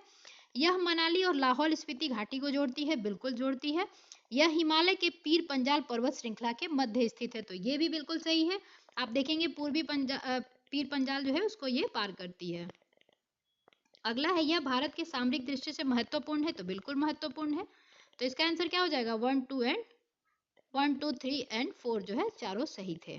ठीक है, अब देखिए उसकी लंबाई भी है, बहुत जगह क्वेश्चंस में आए थे, तो ये भी आप एक बार देख लेंगे। ठीक है, 9.02 किलोमीटर लंबी है अटल टनल, हिमालय के पूर्वी पीर पंजाल श्रृंखला में स्थित है। तो ये भी क्वेश्चन एक बार आया था कि किस पश्चिमी पीर पंजाल या पूर्वी पीर पंजाल के श्रृंखला में स्थित है। तो कौन से में है, पूर्वी पीर पंजाल श्रृंखला में है जो ये स्थित है। यह पूरे वर्ष मनाली को लाहौल स्पीति घाटी से जोड़कर रखती है। इसका निर्माण सीमा सड़क संगठन द्वारा हुआ है, बीआरओ द्वारा, तथा यह भारत के लिए सामरिक दृष्टि से महत्वपूर्ण है। अब देखिए ये 2002 में जो है इसके तत्कालीन प्रधानमंत्री, उस समय के प्रधानमंत्री अटल बिहारी वाजपेयी जो जी थे, उन्होंने इसकी आधारशिला रखी थी। वहीं पे आप देखेंगे 3 अक्टूबर 2020 को रोहतांग हिमाचल प्रदेश में प्रधानमंत्री नरेंद्र मोदी ने इसका उद्घाटन किया था। ठीक है, अगला प्रश्न है, निम्न हिमालय पर्वत श्रेणियों में से किसकी पर्वत श्रेणी को अटल टनल पार करती है? तो देखिए अब इसमें पश्चिमी और पूर्वी दोनों पीर पंजाल दिया है, तो क्या था, पूर्वी पीर पंजाल श्रृंखला जो है पार करती है। ठीक है, अटल टनल। अगला प्रश्न है, किन दो पर्वत श्रेणियों के मध्य काश्मीर घाटी स्थित है? तो इसमें देखना है आपको, जो आपकी काश्मीर घाटी है वो किसके किसके बीच है? तो ये हो जाएगी आपको बृहत हिमालय और पीर पंजाल के जो है बीच में स्थित है। देख लेते हैं इसका। भारत के जम्मू और कश्मीर 31 अक्टूबर 2019 से केंद्र शासित प्रदेश लद्दाख हो गया था आपका, ये देखा ही था आपने, इसका डिवीजन जो हुआ था। स्थित कश्मीर घाटी पूर्व में बृहत हिमालय और दक्षिण पश्चिम में पीर पंजाल श्रेणी में स्थित है, तो ये बिल्कुल सही हो जाएगा। ठीक है, अगला है, कश्मीर घाटी स्थित है, तो फिर ये पूछ रहा है किसमें स्थित है, तो बृहत हिमालय और आपका पीर पंजाल की श्रेणी में। तो बृहत हिमालय को जो है ना हिमाद्री पर्वत श्रेणी भी कहते हैं, तो ये भी याद रखिएगा। बृहत हिमालय को महान हिमालय, हिमाद्री पर्वत श्रेणियां भी कहा जाता है। अगला प्रश्न है, पीर पीर अगला प्रश्न, निम्नलिखित में से कौन सा अक्साई चीन का भाग है? तो अक्साई चीन का भाग कौन सा हो जाएगा, लद्दाख का पठार। ठीक है, जिसको अक्साई चीन यानी कि इंडो चाइना वॉर हुआ था, तो जबरदस्ती जो है चाइना ने कब्जा करके रखा है, तो वही चीज के अक्साई चीन की अवस्थिति भारत, चीन और पाकिस्तान की सीमाओं के सम्मिलित संधि स्थल पर है। इस भारतीय भूभाग वर्ष 1962 में, यानी कि इंडो चाइना वॉर कब हुआ था, 1962 में हुआ था, सबको पता होगा। चीन ने कब्जा कर लिया था, तब से यह भारत चीन के मध्य सीमा विवाद का क्षेत्र है। लद्दाख पठार अक्साई चीन क्षेत्र में अवस्थित है, आप देखेंगे वो है लद्दाख वाला जो क्षेत्र है। ग्रेट हिमालय की ऊंचाई कितनी है? तो ग्रेट हिमालय की ऊंचाई कितनी है, 8850 मीटर है। ध्यान रखिएगा ये स्थल मंडल का सबसे ऊंचा जगह है, एवरेस्ट की चोटी। ठीक है, हिमालय में जो ग्रेट हिमालय है वो उसकी हाइट क्या है, 8850। वही आपसे अगर सागर का पूछा जाए, जलमग्न जो ऊंचाई है प्रशांत महासागर में आपका, प्रशांत महासागर में मनाकी पर्वत, ठीक है। अब देखिए इसकी हाइट कितनी है, मनाकी पर्वत की जो है हाइट है, ये जलमग्न है पूरी तरह से, इसलिए इसका कोई इतना ध्यान नहीं रखता। जैसे मनाकी पर्वत जो है इसकी हाइट है 10,000, सोचिए ये 8,850 है, लेकिन इसकी हाइट क्या है 10,205 मीटर, ठीक है। ये प्रशांत महासागर में जलमग्न क्षेत्र है, जो सबसे ऊंची चोटी है मनाकी पर्वत, ठीक है, तो ये भी याद रखिएगा। अगला प्रश्न है, अब ये महान जो आपकी ग्रेट हिमालय उसके बारे में बताया है कि हिमालय की औसत ऊंचाई कितनी है, 6,000 मीटर है, जबकि इसकी सर्वोच्च चोटी माउंटेन एवरेस्ट की ऊंचाई सागर तल से 8850 मानिएगा, इसको 50 है। नेपाल और चीन ने माउंट एवरेस्ट की जो ऑफिशियली हाइट बताई है, उन्होंने बताई है 8848.86, ठीक है, लेकिन 8850 आप लोग याद रखिएगा। अगला प्रश्न है, हिमालय पर्यायवाची शब्द है, तो किसका है ये, मध्य हिमालय का जो है पर्यायवाची शब्द होता है ये हिमांचल। हिमांचल उपयुक्त में से मध्य हिमालय का पर्यायवाची है। मध्य अथवा हिमालय श्रेणी को महाभारत श्रेणी अथवा हिमांचल श्रेणी हिमालय के नाम से भी जाना जाता है, तो याद रखिएगा महाभारत श्रेणी भी कभी कभी पूछा जाता है, तो वो किसका कहते हैं, महाभारत श्रेणी अथवा हिमांचल हिमालय के नाम से भी उसको जाना जाता है, ठीक है। अगला प्रश्न है, निम्नलिखित कथनों पर विचार कीजिए, तो देख लेते हैं। भारत में हिमालय केवल 5 राज्यों में फैला है, तो 5 राज्यों में हिमालय नहीं, ये लगभग 11 राज्यों में फैला हुआ है, तो ये स्टेटमेंट गलत हो जाएगा। अगला स्टेटमेंट है, पश्चिमी घाट केवल 5 राज्यों में स्थित है, तो फैले हुए हैं, तो नहीं, तो ये 6 राज्यों में फैला हुआ है, तो ये भी गलत हो जाएगा। अगला है, पुलिकट झील केवल 2 राज्यों में फैली है, तो ये बिल्कुल सही हो जाएगा, ये 2 राज्यों में ही फैली है, तो इसका आंसर क्या हो गया, सिर्फ 3 जो है आपका सही हो जाएगा, ठीक है। अब इसके बारे में थोड़ा सा डिटेल देख लेते हैं। भारत के प्रमुख हिमालयी राज्य केंद्र शासित प्रदेश जम्मू और कश्मीर, लद्दाख। अब देखिए यहाँ से आप ध्यान रखेंगे कि कौन कौन से राज्य में जो है हिमालय फैला हुआ है, जैसे कि जम्मू कश्मीर और लद्दाख। 31 अक्टूबर 2019 से ये दोनों अलग हो गए, नहीं तो जम्मू कश्मीर कहा जाता, ठीक है। उसके बाद हिमाचल प्रदेश, उत्तराखंड, सिक्किम, अरुणाचल प्रदेश, मेघालय, नागालैंड, मणिपुर, मिजोरम, त्रिपुरा में जो है आपका हिमालय जो है फैला हुआ है। तो कौन कौन से राज्य में फैला है, जम्मू कश्मीर और लद्दाख जो है आपके केंद्र शासित प्रदेश हो गए। उसके बाद हिमाचल प्रदेश, उत्तराखंड, सिक्किम, सिक्किम में आपने देखा ही होगा कंचनजंगा है, उत्तराखंड में नंदा देवी है, तो इनसे याद ही रहेगा आपको। अरुणाचल प्रदेश, मेघालय, नागालैंड, मणिपुर, मिजोरम और त्रिपुरा में जो है लगभग 11 राज्यों में जो है ये फैला हुआ है, ठीक है। 11 राज्यों में से 2 घटा दीजिएगा, ये आपका केंद्र शासित प्रदेश हो जाएगा, ठीक है। इनके अलावा असम और पश्चिम बंगाल में भी जो है आपका इसकी पहाड़ी क्षेत्र जो है देखने को मिलते हैं। कहाँ कहाँ, असम और पश्चिम बंगाल में भी हिमालय के क्षेत्र को जो है फैला हुआ देखा गया है, ठीक है। तो 5 से ज्यादा हो गया, तो बिल्कुल वो पहला स्टेटमेंट गलत हो गया। अगला है पश्चिमी घाट। पश्चिमी घाट जो देख लीजिए कहाँ कहाँ है, गुजरात, महाराष्ट्र, गोवा, कर्नाटक, तमिलनाडु एवं केरल राज्य, यानी कि लगभग 6 है, 6 राज्यों में फैला है पश्चिमी घाट, तो आपको पता ही है। इस प्रकार इस विस्तार 6 राज्य हुए। पुलिकट भारत का दूसरा सबसे बड़ा, चिल्का के बाद लैगून झील है, यानी कि पुलिकट झील जो है, चिल्का सबसे बड़ी लैगून झील होती है उड़ीसा में, और जो उसके बाद है दूसरे नंबर पे पुलिकट जो है वो भारत का दूसरा लैगून, सबसे बड़ा लैगून है, ठीक है, यानी कि दूसरे नंबर पे है। इसका विस्तार कहाँ कहाँ है, 2 राज्य जो है आपके आंध्र प्रदेश और तमिलनाडु में है, ठीक है। अगला प्रश्न है, हिमालय पर्वत श्रेणियां निम्नलिखित में से किस राज्य का हिस्सा नहीं है, बताना है। तो उत्तर प्रदेश में आपको पता है जो ये गंगा मैदान पाई जाती है, वहां पे हिमालय का पार्ट नहीं पाया जाता। उत्तराखंड में नंदा देवी, सिक्किम में आपको कंचनजंगा ये देखने को मिलते ही हैं, तो इसका आंसर क्या हो गया, उत्तर प्रदेश, ठीक है। अगला प्रश्न है, भारत में निम्नलिखित में से कौन सी श्रेणी नवीनतम है। अब इसमें देख लीजिए, आपको अरावली दिया है जो बहुत ही पुरानी आपकी पर्वत श्रेणी है, तो ये बिल्कुल नहीं होगी। विंध्य जो है आपका कहाँ है, मध्य भारत में है, तो ये भी नहीं होगा। हिमालय श्रेणी जो है, इन सब में जो ऑप्शंस दिए गए हैं इनमें सबसे नवीन जो है कौन सी हो जाएगी, हिमालय श्रेणी हो जाएगी। वही चीज आगे दिया हुआ है, तो चलिए देख लेते हैं आगे। अगला प्रश्न है, निम्नलिखित में से कौन सी भारत की नवीनतम पर्वत श्रेणी है, तो इसमें कौन सी हो जाएगी, हिमाद्री श्रेणी हो जाएगी, ठीक है।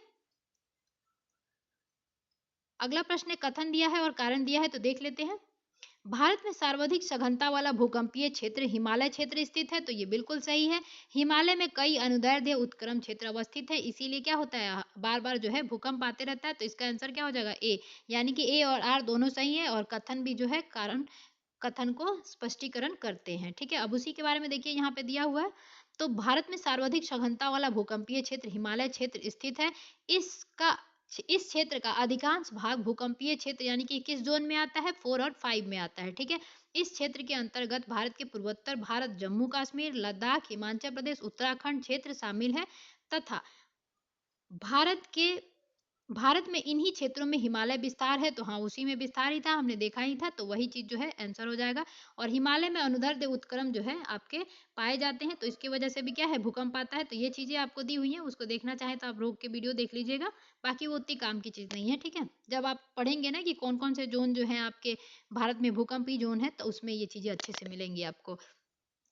अगला प्रश्न है, मणिपुर पहाड़ी से घिरा इम्फाल बेसिन एक सुंदर उदाहरण है, तो ये सरोवरीय मैदान का जो है एक सुंदर उदाहरण है। तो मणि इम्फाल बेसिन कहाँ है, मणिपुर पहाड़ियों में है, और वो क्या है, सरोवरीय मैदान का एक सुंदर उदाहरण है, ठीक है। तो देख लेते हैं इसके बारे में। पूर्व में किसी, अब सरोवरीय जो आपका मैदान देखा आपने वो किसे कहते हैं, वही चीज बताया है। पूर्व में यानी कि पहले, ना कि दिशा, ठीक है। किसी झील के अस्तित्व के कारण तलछट जमाव से निर्मित मैदान सरोवरीय मैदान कहलाता है। कश्मीर घाटी एवं इम्फाल बेसिन इसके उत्तम उदाहरण है, यानी कश्मीर घाटी भी क्या है, सरोवरीय मैदान का एक उदाहरण है, ठीक है। अगला है, फिर से आपको कथन दिया है और कारण दिया है, तो देख लेते हैं कौन कौन से स्टेटमेंट जो है सही है। कथन बस दिया है, स्टेटमेंट दिया है। पहला स्टेटमेंट है, मुख्य हिमालय की परतदार चट्टानें जीवाश्महीन है, जबकि पता है परतदार चट्टानें जो होती हैं उसमें जीवाश्म पाए जाते हैं, तो ये हीन लिखा है, तो ये गलत हो जाएगा। अगला है, लघु हिमालय की परतदार चट्टानों में समुद्री जीव जंतुओं को जीवाश्म मिलते हैं, बिल्कुल सही है वो। उसके बाद आपका अगला स्टेटमेंट है तीसरा नंबर, वाह्य हिमालय या शिवालिक हिमालय, तो मैंने बताया ही था वाह्य हिमालय को शिवालिक हिमालय भी कहते हैं, में मानव सभ्यता अवशेष मिले हैं, बिल्कुल मिले हैं। तो ये क्या हो जाएगा, 2 और 3 जो है आपका आंसर सही हो जाएगा, यानी कि बी जो है आंसर हो गया, ठीक है। अब इसके बारे में देख लेते हैं अपन। मुख्य हिमालय की परतदार चट्टानें जीवाश्महीन नहीं है, अतः कथन एक क्या हो गया, असत्य हो गया। लघु हिमालय की परतदार चट्टानों में समुद्री जीव जंतुओं के जीवाश्म मिलते हैं। वाह्य हिमालय व शिवालिका हिमालय में स्थित बुर्ज होम और गुफ कराल में मानव सभ्यता के जो अवशेष प्राप्त हुए हैं। इस प्रकार 2 और 3 क्या थे, सही थे। तो याद रखिएगा, बुर्ज होम एवं गुफ कराल जो है आपका शिवालिका हिमालय वाली श्रेणी में स्थित है, ठीक है। अगला है, हिमालय के किस भाग पर करेवा भू आकृति पाई जाती है, तो ये क्वेश्चन भी बहुत बार पूछा गया है, तो याद रखिएगा ये क्या हो जाएगा, ये करेवा भू आकृति जो है कश्मीर हिमालय, आपका ये कश्मीर हिमालय जो है ये आंसर हो जाएगा, उसमें पाई जाती है। इसके बारे में देख लेते हैं। हिमालय के कश्मीर हिमालय भाग पर करेवा भू आकृतिक पाई जाती है, ये तलछट निक्षेपों के द्वारा पाए जाते हैं। यह क्षेत्र जाफरन केसर की खेती के लिए प्रसिद्ध है, और आपको पता ही होगा जम्मू कश्मीर जो है जाफरान यानी केसर के खेती के लिए जाना जाता है। तो याद रखना है, ये करेवा भू आकृति वाली क्षेत्र कहाँ पाई जाएगी, कश्मीर हिमालय में, और ये केसर के लिए जो है प्रसिद्ध है, केसर की खेती के लिए यहाँ यानी कि केसर उत्पादित होता है, ठीक है। कैलाश पर्वत निम्न में से किस क्षेत्र में अवस्थित है, जो हिंदुओं का पवित्र स्थल जो है कैलाश, वो तिब्बत क्षेत्र में जो है स्थित है, ठीक है। तो देख लीजिए, कैलाश पर्वत जो है चीन, अब यहाँ पे तिब्बत और चीन एक साथ इसलिए लिखा है क्योंकि 1859 में जो है आपका चीन ने जो है तिब्बत पे कब्जा कर लिया था, तब से जो है तिब्बत जो है चीन के अंदर में आता है, इसीलिए ऐसा लिखा है। ये कैलाश पर्वत तिब्बत कहिए या चीन कहिए, उसके क्षेत्र में अवस्थित है। यह हिंदू धर्म की पवित्र तीर्थ स्थल के रूप में जाना जाता है। अगला प्रश्न है, हिमालय में सबसे प्राचीन पर्वत श्रृंखला कौन सी हो जाएगी, तो अब इसमें कौन सी हो जाएगी, हिमालय में सबसे निम्नलिखित में से कहा है, ठीक है। तो हिमालय हो जाएगा, प्राचीन बोला है, सॉरी इसमें प्राचीन बोला है, ये नवीनतम हिमालय हो जाएगा। प्राचीनतम क्या हो जाएगा, अरावली पर्वत श्रेणी हो जाएगी, ठीक है। अब ये देख लीजिए अरावली पर्वत श्रेणी के बारे में। अरावली श्रेणी गुजरात के पालनपुर से लेकर, ध्यान रखिएगा, गुजरात के पालनपुर से लेकर राजस्थान हरियाणा से लेकर दिल्ली तक लगभग कितने किलोमीटर की लंबाई तक फैला हुआ है, 800 किलोमीटर की लंबाई तक फैला है। और अरावली पर्वत का निर्माण जो है प्री कैम्ब्रियन काल में हुआ था, जो कि 600 से लेकर 570 मिलियन वर्ष पूर्व माना जाता है। यह भारत की प्राचीनतम पर्वत श्रृंखला है, जबकि विश्व की सबसे प्राचीनतम पर्वत श्रृंखलाओं में से ये एक है। और अरावली पर्वत की सबसे ऊंची चोटी जो है गुरु शिखर है, उसकी हाइट क्या है, 1722 मीटर है, ठीक है, यानी कि 1722। अगला है, भारत की निम्नलिखित पर्वत प्रणालियों में से कौन सबसे पुरानी है, तो इसका आंसर क्या हो जाएगा, अरावली हो जाएगा आपका। और इसकी सबसे ऊंची चोटी क्या हो जाएगी, गुरु शिखर, और कितनी हाइट है उसकी, 1722 मीटर। बार बार आप चीजों को रटेंगे तो याद हो जाएगा आपको, ठीक है। और ये क्वेश्चन जो है बार बार पूछे गए हैं, इसलिए बताया जा रहा है, ठीक है। अब देखिए फिर से ये क्वेश्चन आएगा आपके सामने, अधोलिखित में से कौन सी पर्वत श्रृंखला भारत की सबसे प्राचीनतम है, तो कौन सी हो जाएगी, अरावली हो जाएगी, ठीक है। इसे रेसिडुअल पर्वत या अवशिष्ट पर्वत श्रेणी भी कहते हैं। अगला है अरावली जो पर्वत श्रेणी है जिसके बारे में बार बार क्वेश्चन आ रहा है, वो कहाँ स्थित है? तो राजस्थान में स्थित है। इसी के चलते तो राजस्थान में जो है आपका थार मरुस्थल पाया जाता है। तो याद रखना है अरावली श्रेणियां कहाँ पाई जाती हैं? राजस्थान राज्य में पाई जाती हैं। ठीक है। अगला प्रश्न है भारत की प्राचीनतम पर्वत श्रेणी है तो कहाँ? देखिए बहुत बार क्वेश्चन पूछे गए हैं। ठीक है, तो ये हो जाएगा अरावली। ठीक है। अगला प्रश्न है अरावली श्रेणियां की अनुमानित आयु क्या है? तो अभी हमने देखा था 570 मिलियन वर्ष पूर्व प्री कैम्बियन काल में जो है इसका निर्माण हुआ था। ठीक है। अगला प्रश्न है देश में निम्नांकित में से कौन सा भौगोलिक क्षेत्र सबसे प्राचीनतम हो जाएगा? तो अब इसमें फिर से वही चीज आ गया आपको। तो हिमालय, उत्तर भारत का विशाल मैदान, भारत का प्रायद्वीपीय पठार जो है इन ऑप्शंस में जो है सबसे प्राचीनतम भौगोलिक क्षेत्र है। तो कौन सा हो जाएगा? सी जो है आंसर हो जाएगा आपको, भारतीय प्रायद्वीपीय पठार। दिए गए भौगोलिक क्षेत्रों में भारतीय प्रायद्वीपीय पठार सबसे प्राचीनतम है। यह गोंडवाना भूमि के अपक्षय एवं अपवाह के कारण क्या है? निर्मित हुआ है। अब अगला प्रश्न फिर देखिए वही अरावली पर्वत के बारे में बता रहा है कि निम्नलिखित में से कौन सा रेजिडुअल पर्वत या अवशिष्ट पर्वत का उदाहरण है? तो ये कौन सा हो जाएगा? अरावली। ठीक है। अगला प्रश्न है देखिए रेसिडुअल जो है इंग्लिश वर्ड है और उसका हिंदी वर्ड क्या हो जाता है? अवशिष्ट पर्वत है, और ये कौन है? अरावली को कहा जाता है। ठीक है। अगला प्रश्न है दक्षिण भारत की सबसे ऊंची चोटी कौन सी हो जाएगी? तो दक्षिण भारत की सबसे ऊंची चोटी जो है अनाईमुड़ी है। तो ये याद रखिएगा ये केरल में स्थित है। तो सबसे और कार्डमम पहाड़ियों के बीच स्थित है। तो दक्षिण भारत की सबसे ऊंची चोटी जो है आपकी अनाईमुड़ी या अन्नामुदी उसे कहते हैं। दक्षिण भारत या प्रायद्वीपीय भारत की सर्वोच्च चोटी कही जाती है। उसके बाद इसकी ऊंचाई क्या है? 2695 मीटर इसकी ऊंचाई है तथा यह केरल में स्थित है। यह चोटी पश्चिमी घाट पर्वत में स्थित है। तो मालाबार वाला तट को क्या कहा जाता है? आपको पश्चिमी घाट कहा जाता है या सह्याद्री कहा जाता है, उसी में ये स्थित है। अगला प्रश्न है निम्नलिखित में से दक्षिण भारत की सबसे ऊंची चोटी कौन सी हो जाएगी? अनाईमुड़ी या नाईमुड़ी कहते हैं उसको। ठीक है। अगला प्रश्न है भारतीय प्रायद्वीप पठार की सबसे ऊंची चोटी कौन सी हो जाएगी? तो ये फिर से वही हो जाएगी, केरल में स्थित अनाईमुड़ी जो है उसका आंसर हो जाएगा। ठीक है। अगला प्रश्न है नर्मदा एवं ताप्ती नदी के मध्य कौन सी पर्वत श्रेणियां जो है स्थित हैं? तो ये सतपुरा श्रेणी जो मध्य प्रदेश में ज्यादातर देखा जाता है, फैला हुआ है इसका भाग, और इसी में जो है आपकी धूपगढ़ की चोटी भी मिलती है मैकाल वो महादेव पहाड़ी श्रेणियों में। तो ये सतपुरा जो है आपका कहाँ हो जाए? इसके जो नर्मदा और ताप्ती नदी के बीच स्थित है, कौन सा? सतपुरा श्रेणी। ठीक है। नर्मदा नदी और ताप्ती नदी के बारे में आप जानते ही हैं कि दोनों नदियां जो है इशूरी से लेके बनाती हैं और ये रिफ्ट वैली से होकर गुजरती हैं। ठीक है।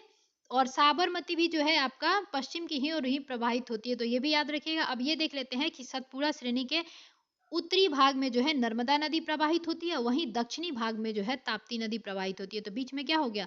सतपुरा श्रेणी है। यानी कि ये भी याद रखना है आपको क्वेश्चन कि नर्मदा नदी जो है सतपुरा श्रेणी की उत्तरी भाग में बहती है और दक्षिणी भाग में कौन बहती है? ताप्ती नदी बहती है। ठीक है। और ये दोनों नदियां जो हैं आपकी अमरकंटक से निकलती हैं। ठीक है।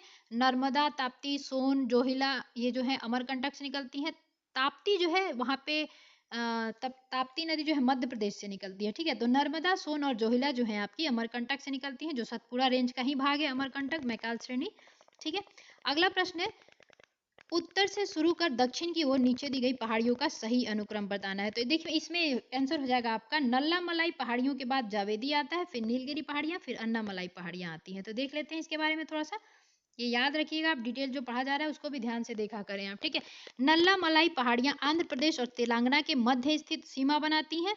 तो नल्ला मलाई पहाड़ी क्या है? तेलंगाना और आंध्र प्रदेश के मध्य सीमा बनाती हैं। ये पहाड़ियां कृष्णा और पेन्नूर नदी के मध्य स्थित हैं। तो कौन सी नदी के बीच है? कृष्णा और पेन्नूर नदी के मध्य स्थित है। जावेदी पहाड़ियां तमिलनाडु राज्य में स्थित है। पहाड़ियों की रानी के नाम से विख्यात। अब पहाड़ियों की रानी किसको कहा जाता है? नीलगिरी पहाड़ी को कहा जाता है। इसी को ब्लू माउंटेन भी कहा जाता है। तो याद रखिएगा नीलगिरी पहाड़ी का नाम पहाड़ियों की रानी ब्लू माउंटेन भी है। पूर्वी घाट एवं पश्चिमी घाट के सम्मिलन पर कौन सी पहाड़ियां अवस्थित है? नीलगिरी पहाड़ियां अवस्थित है। अन्नामलाई पहाड़ी केरल एवं तमिलनाडु की सीमा के अवस्थित है। ये चारों पहाड़ियां मुख्यतः आंध्र प्रदेश, मुख्य तमिलनाडु, केरल राज्य में फैली हुई हैं, उत्तर से लेके आपकी दक्षिण की ओर जो है घटते क्रम में अवस्थित है। ठीक है। अगला प्रश्न है निम्नलिखित उच्चावच आकृतियों पर ध्यान दीजिए और बताइए कि सही क्रम किसके रूप में बताना है? पश्चिम से पूर्व की ओर, यानी कि पश्चिम से पूर्व की ओर जाना है। तो ध्यान रखिए जब पश्चिम से पूर्व की ओर जाएंगे तो छोटा नागपुर आप देखेंगे आपका कहाँ पड़ता है? झारखंड वाले एरिया में छोटा नागपुर पड़ता है, बिहार झारखंड वाले एरिया में। तो छोटा नागपुर मानिए यहाँ पे हो गया ये, उसके बाद दिया है खासी पहाड़ी, तो बिहार के बाद ही ना मेघालय इधर आपको दिखता है, तो पहले क्या हो जाएगा, इसके बाद ये हो जाएगा मेघालय की पहाड़ी। उसके बाद ये महादेव और मैकाल श्रेणियां जो है मध्य भारत में स्थित है, और ये क्या है, सतपुड़ा रेंज की ही है। तो सबसे लास्ट में कौन मिलेगा आपको, खासी की पहाड़ियां, यानी कि 4, और उसके बाद 3, उसके बाद 2, उसके बाद, तो ये हो जाएगा ऑप्शन ए जो है आंसर हो जाएगा 1 2 3 4। ठीक है, तो उसी के बारे में देख लीजिए। पश्चिम से पूर्व की ओर बढ़ते सही क्रम है महादेव पर्वत श्रृंखला, मैकाल पर्वत श्रृंखला, फिर छोटा नागपुर, फिर खासी पहाड़ियां। खासी पहाड़ियों में ही मासिन राम जो है आपका मेघालय स्थित है, और मासिन राम जो विश्व की सबसे ज्यादा बारिश पाई जाती है वो खासी पहाड़ी रेंज में ही स्थित है। तो ये भी याद रखना है, महादेव एवं मैकाल श्रेणियां सतपुड़ा श्रेणी की ही पूर्वी विस्तार है। ठीक है, और उसके बाद क्या है, इनके पूर्व में छोटा नागपुर है, तथा सबसे पूर्व में खासी पहाड़ियां मेघालय उसी में स्थित है, और मासिन राम जो है आपका उसी में खासी पहाड़ियों के रेंज में ही स्थित है। अगला प्रश्न, निम्नलिखित में से किस पहाड़ी पर पूर्वी घाट एवं पश्चिमी घाट मिलते हैं, तो अभी हमने देखा ही था, नीलगिरी पहाड़ी जो है पूर्वी घाट और पश्चिमी घाट का जो है मिलन बिंदु पर स्थित है। ठीक है, तो अब फैला भी कहाँ होगा, पश्चिमी घाट और पूर्वी घाट दोनों में थोड़ा थोड़ा ये फैला होगा। ठीक है, नीलगिरी पहाड़ी भारतीय प्रायद्वीप के पूर्वी घाट तथा पश्चिमी घाट के मिलन बिंदु पर स्थित है। नीलगिरी पहाड़ी को ब्लू माउंटेन भी कहा जाता है और पहाड़ियों की रानी भी कहा जाता है। इसमें सर्वाधिक ऊंची चोटी दोदाबोट्टा है, जो जिसकी लगभग हाइट क्या है, 2637, यानी कि 2637 मीटर जो है उसकी ऊंची चोटी है, जो कि दोदाबेट्टा है, नीलगिरी की सबसे ऊंची चोटी है, और ये दक्षिणी भारत की दूसरी सबसे ऊंची चोटी है।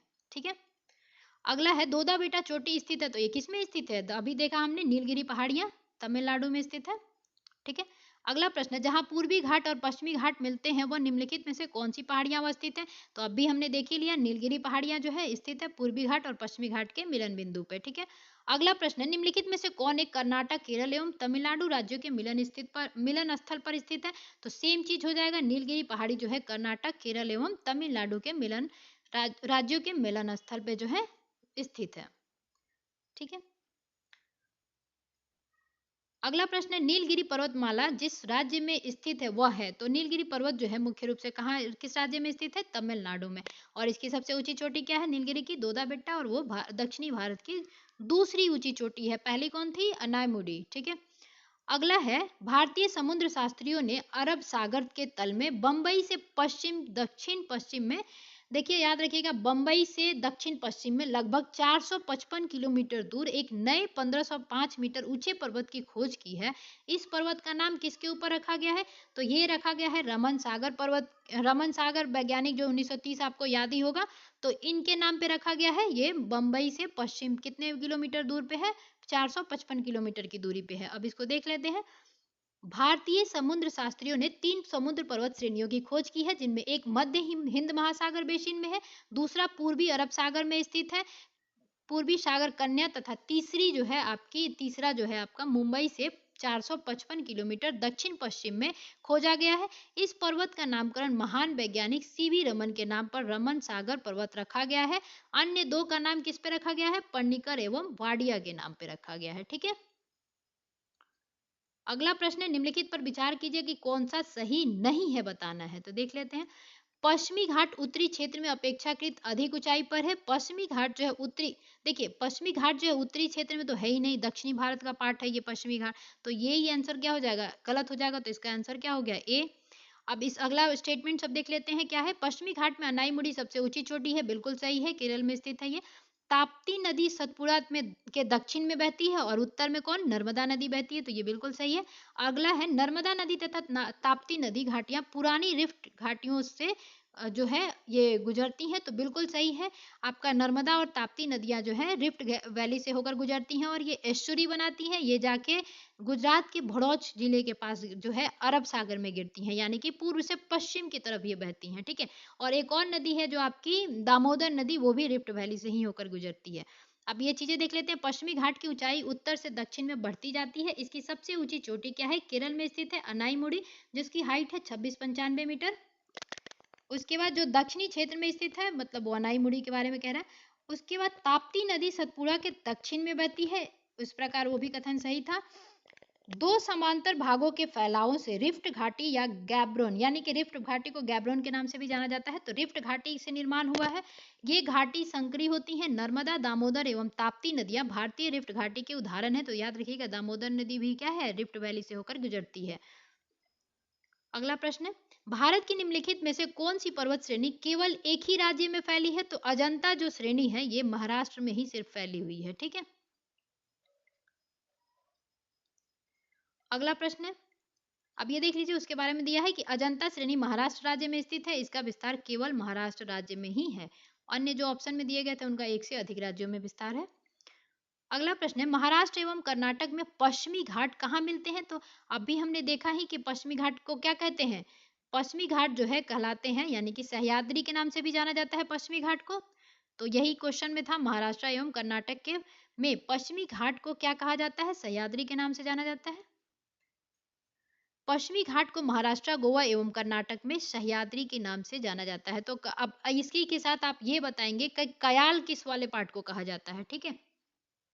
अगला प्रश्न, नीचे दिए गए कूट को निम्नलिखित पहाड़ियों को दक्षिण से उत्तर की ओर जो है आपको क्या करना है, सजाना है। दक्षिण से उत्तर की ओर, यानी कि दक्षिण से बढ़ेंगे अपन तो सबसे पहले क्या मिलेगा, पी मिलेगा, यानी कि मैंने एक ट्रिक बता ही दी है, KLJP। तो सबसे पहले आपको पी मिलेगा, यानी कि पीर पंजाल मिलेगा, तो 3 हो गया आपका। उसके बाद आपको जास्कर पहाड़ियां मिलेगी, उसके बाद नागा पहाड़ी है, तो ये तो इधर नागालैंड वाले क्षेत्र में। कैमूर जो है मध्य भारत में मिलेगा। तो इसका आंसर क्या हो जाना चाहिए, यानी कि सबसे क्या बोल रहा है ये, दक्षिण से उत्तर की ओर। तो सबसे उत्तर में क्या मिलेगा, पीर पंजाल, यानी कि जम्मू कश्मीर वाले क्षेत्र में सबसे ये मिलेगा। ये यहाँ का ट्रिक वाला नहीं था, ये और भी पहाड़ियां हैं, ये दिया हुआ है। तो इसको क्या हो जाएगा, 3 जिसके लास्ट में होगा वो आंसर हो जाएगा आपका। ठीक है, ऐसे ऑप्शंस में आए ना तो ऐसे थोड़ा सा करके आप ट्रिक लगा के देख सकते हैं। सारे जो है ऑप्शन में याद हो ये जरूरी नहीं है। चलिए अब देख लेते हैं, निम्नलिखित पहाड़ियों का दक्षिण से उत्तर की ओर बढ़ते हुए सही क्रम इस प्रकार है। सतमाला पहाड़ी कहाँ, महाराष्ट्र में पाई जाती है। कैमूर पहाड़ी जो है मध्य प्रदेश से बिहार तक फैली हुई है, जो सतपुड़ा रेंज की है। नागा पहाड़ी भारत एवं म्यांमार पहाड़ सीमा पे स्थित है।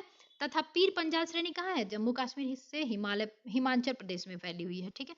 अगला है कार्डमम पहाड़ी जिन राज्यों की सीमाओं पर स्थित है वो कौन से राज्य हैं? केरल और तमिलनाडु हो जाएंगे, क्योंकि जो दक्षिणी भारत है वही कार्डमम, सबसे जो दक्षिणी पर्वत श्रेणी है वो कार्डमम ही है, जो कन्याकुमारी से सटी हुई है, जिसको इलायची पर्वत श्रेणी के नाम से भी जाना जाता है। अब देख लेते हैं, कार्डमम पहाड़ियां दक्षिण भारत में दक्षिण पश्चिम घाट के केरल के दक्षिण पूर्वी हिस्से तथा तमिलनाडु के दक्षिण पश्चिम हिस्से में अवस्थित है। तो अब ये याद करने की जरूरत थोड़ी है, ये क्या हो गया, तमिलनाडु हो गया, और ये पार्ट क्या है, केरल है आपका। तो ये केरल के अगर देखा जाए तो पूर्वी पश्चिमी पार्ट में होगा, और अगर वही आपका तमिलनाडु देखा जाए तो दक्षिणी पश्चिम के पार्ट में होगा। ठीक है। अगला है, भारत की दक्षिणतम पर्वत श्रेणी है, तो सबसे दक्षिणतम पर्वत श्रेणी जो है आपकी कार्डमम हो जाएगी। ठीक है। इसी के अंदर जो है आपका अन्नामलाई जो है, अनाईमुड़ी जो है आपका, अन्नामलाई में जो है आपकी अनाईमुड़ी होती है। चलिए दक्षिणतम पर्वत श्रेणी कौन सी हो जाएगी, कार्डमम। कार्डमम पहाड़ियां भारत की दक्षिणतम पर्वत श्रेणी है। यह अन्नामलाई पहाड़ी के दक्षिण में स्थित है। यह यहाँ पर इलायची के अत्यधिक उत्पादन होता है, जिसके कारण इन्हें इलायची पहाड़ियां भी कहा जाता है। तो कार्डमम जो इंग्लिश वर्ड है, इलायची को ही तो कार्डमम कहते हैं, तो यही चीज बताया उसने। अब पूछ रहा है सेवराय पहाड़ियां कहाँ अवस्थित है, तो देखिए सेवराय पहाड़ियां जो है आपकी तमिलनाडु में स्थित है। तो इसका आंसर क्या हो जाएगा, तमिलनाडु। यानी कि सेवराय पहाड़ियां कहाँ स्थित है, तमिलनाडु में स्थित है, जो समुद्र तल से 4000 से लेकर 5000 फीट ऊंचे पर पठार में संलग्न सेवराय पहाड़ियां हैं, तमिलनाडु के सलेम के पास अवस्थित है। ठीक है।